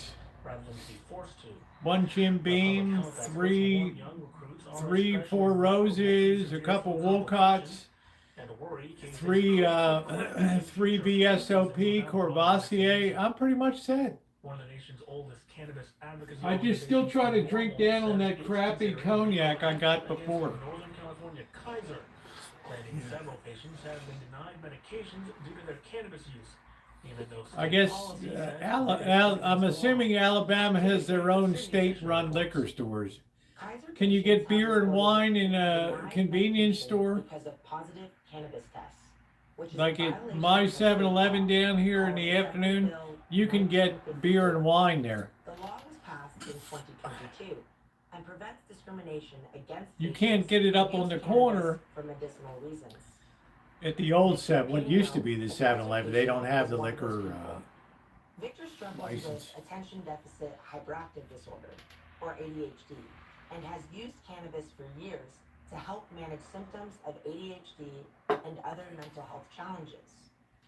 Despite Yeah, so the liquor is controlled. Same thing as in Canada. You can't just go into any store. Everything's controlled in Canadian liquor stores. And it's expensive because I went to buy a gift bottle of Johnny Walker Red to give somebody, and it was expensive. When cannabis is found in a patient's blood test. Personally, these doctors have... And then the guy's like, "Oh, I quit drinking." Bullshit. ...perspectives on cannabis. They're so clamped down by the Kaiser policy, they can't even exercise their own right to be doctors. In a statement, Kaiser said, quote, "Treatment decisions are made on a case-by-case basis. based on each patient's clinical needs and overall health.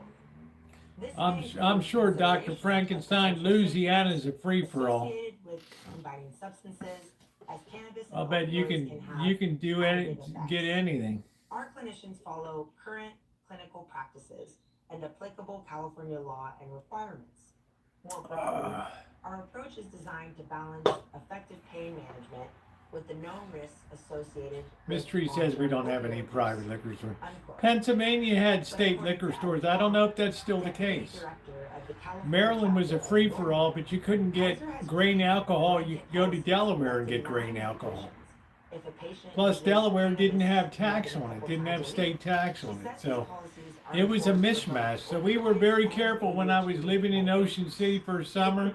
We were very careful where we got our beer and spirits. We'd drive up 110 blocks to Delaware. We probably burned more in gas than we ever saved in. Yeah, thank you, Angus Kisses. I'm no tougher than you are, honey. Care is grounded in patient safety and individualized. And I don't know if I thanked you before, but I'm thanking you again for the wonderful Christmas, wonderful birthday donation. Thank you. Delaware, the forgotten state, but a beautiful state for, I don't know, there were all kinds of tax positives about that. We would drive up there. Yeah, that's it. You booze, you. Hey, guitars, how you doing? We would go up there. Oh man, I fell again the other day, dude. But you know what? The Roosevelt is one tough ass bird. I never stopped the live stream for injury. I fell down once on my knee, and my kneecap was on the side of my leg. Did I stop the live stream? Hell no. I just pushed that puppy back in as best I could, take a deep breath. Patients who wish to share their experiences. Let's go. Yeah, that's it. That's it, Static. Yeah, Ronnie was right there. Are you okay? I don't get drunk, guitars. I haven't been drunk since Christmas of 2002. Inspections and decontamination requirements there. After a new risk assessment found the mussels pose a lower threat than expected. Mussels have actually been found in the lake yet. And that's a fact, Jack. I get myself attitude adjustment hour. I come from an amazingly long line of alcoholics, so I always know the line. I never once saw my grandmother sober. Ever. And the inspection program costs millions of dollars a year to run. But invasive species experts are divided. So I very much try to limit my drinking. Regardless of water temperature. Native to southern China, golden mussels were first detected in North America in California's Sacramento-San Joaquin Delta in 2024. Oh, that was good. They've since infested critical water. That was excelente.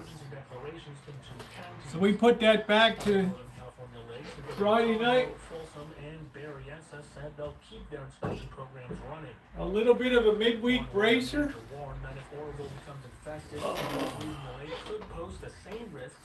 Would I prefer to have an old-fashioned? Yeah, I would.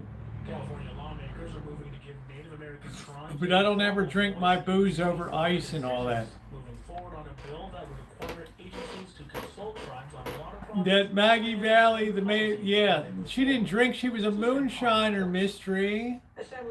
She came from a family from the 1820s that moonshined. She was the only female moonshiner, and her mother was the only female moonshiner in Maggie Valley. Asheville, North Carolina. Mary Robinson. That was it. Like the last white Robinson around the area. In 2019, Governor Gavin Newsom issued an executive order that acknowledged past injustices. Her and Brooks Robinson, that was it. State policies and provide assurances that these policies remain in place far into the future. Oh yeah, she was never sober. California water agencies opposed She came to the my bill, father's saying it is high too school big and graduation invites smashed out of her excessive mind. challenges to water You can decisions. imagine what a Rancho sight says that it's was. the other way around, claiming past legal challenges to the rules requiring tribal consultation. I've make had a this very law colorful necessary. life. This bill backstops executive orders. I come from ensures that interesting as stock. administrations change, we have protection into the future that there will be consultation between the state of California and the tribes. Crystal Moreno with the Shingle Springs Tribe of Miwok Indians says this bill is a necessary first step in attaching action to the governor's apology. We want to see tribal uses of water protected. We cannot bring our tribal communities back to ancestral water. If the water quality Still is so sounds like poor shit. that we cannot get in it. Next, the bill goes before the State Senate Environmental Quality Committee on July 1st. For California News Service, I'm Suzanne Palmer. A federal judge has ordered that global and science-based displays that code for America's national parks and monuments must be restored by July 4th. Desert Carbon reports. A coalition of conservationists filed a lawsuit after nearly 60 items, including signage about climate change and Wabanaki history in Acadian National Park. I've got perfect pitch. Bill Wade is the executive director. I don't need no tuning gear. Plaintiffs in the case. He says I have perfect pitch. their job. I know everything by ear. I tune my guitar. Have no fear. The Trump administration must also give the court a weekly update on the restoration process. The National Park Service and Interior Department have filed an appeal. The court's order states the government's efforts to rewrite the nation's history set a dangerous precedent of censorship and sanitization. More than 400 signs, including those describing slavery, suffrage, and how climate change is impacting ecosystems. Wade says national parks serve as living classrooms. Give me a mountain and beat. few have escaped the impacts of increasingly violent storms or drought. An old cowboy went riding down the dark and dusty and up upon a ridgetop he stopped on his way. When all the stars they heard a red island do 2026 Pew Research Centers. do do 6% do. of U.S. adults believe it is extremely or very important. Why do I need a pitch pipe? Successes and strengths. I have a sense of pitch. When I used to be a choir boy, the choir master said to me, "Well, Roosevelt, that perfect sense of pitch, I need you here with me to sing in the church choir." All the little boys, perfect pitch. Using the Congressional Review Act, lawmakers on That was Capitol it. Hill could have killed the plan with a simple majority vote from the Senate. You gotta pick a note out of the air, ladies and gentlemen. Close. Don't pick it out of your ass. And I suppose in some sense it is, but I don't feel excited about it. I said, glory, glory, hallelujah. The senior and Glory, glory, hallelujah. shape this year's law. Don't pick anything out of your ass. Build down Learn to do it right. significant to them. Take it from old Roosevelt. Together they I ain't hella bright. I play guitar by ear. I'm really glad to be here. It's Rosa. I'm gonna be here all week, fellas and ladies and gentlemen. Thank you for being here tonight. Make sure to tip your bartenders. They work for a living too.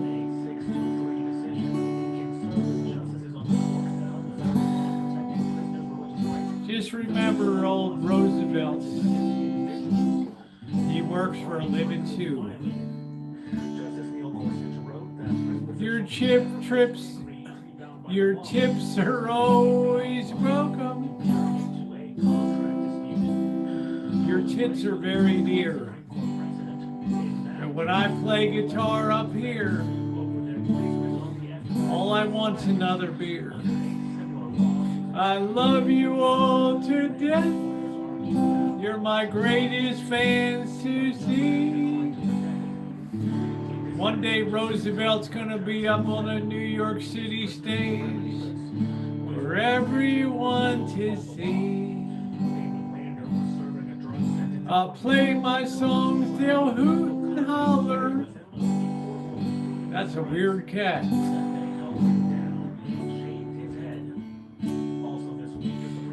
How in the hell did he end up like that? I'm a song stylist par excellence. I've had a weird life.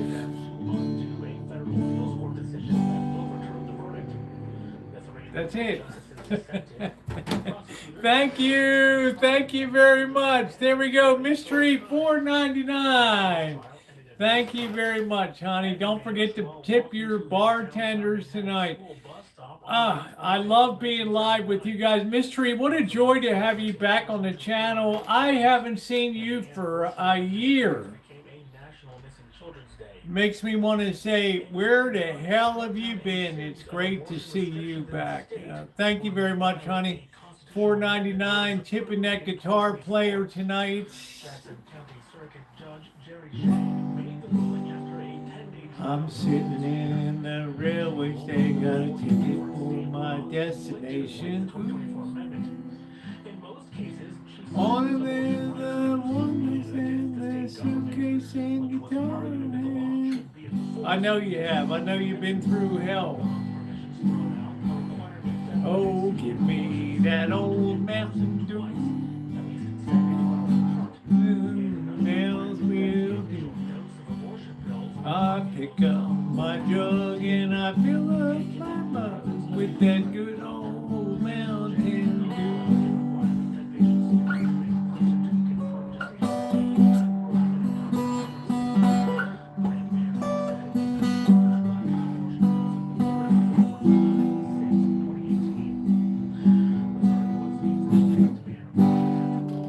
Yes. Yeah, where the hell are you? Where the hell were you? Don't leave me hanging. What the hell went on? What does that mean? I've been through hell. Oh, yeah, that was very kind. Very kind. Mystery's always been a good supporter of my channel. She's always been boss. You know, she's a very authentic person. Oh, I'm sorry, babe. Well, you know what? We're glad to hear you here. We're glad to have you here. This is the cure for depression. Everyone tells me so. When I look at a person like Roosevelt, hell, I feel real well. He used to be a lady, and now he thinks himself's a god. Your life is swell. It goes by and by. But this freak had a life that few will ever know. He never made the dough, but he doesn't blow.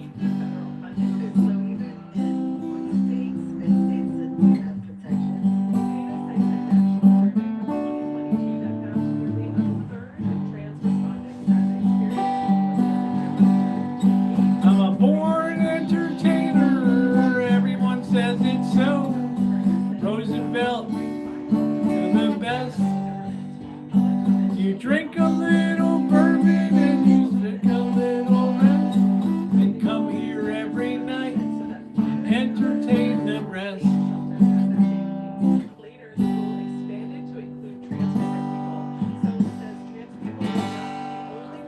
Do do do do, boo boo boo boo boo. All right, guys. Well, that's gonna do it for me tonight. A hell of a night tonight. I had the best time tonight. thank you for everybody here. If you did not hit the thumbs up button, please do so. We might be shifting over to a horizontal aperture here, horizontal layout, because there's really no gain. You know, the YouTube algorithm is so F today. I don't know. We're going to play with it. I know in Vegas we got to be vertical, but we will see. Thank you guys for hitting that thumbs up button. I appreciate you all so much. To my moderators, Ronnie, I didn't see Seattle Judy. I didn't see Shimei. I did see Ronnie tonight. Thank you, Ronnie, for everything you do. I appreciate you. Take care, everybody.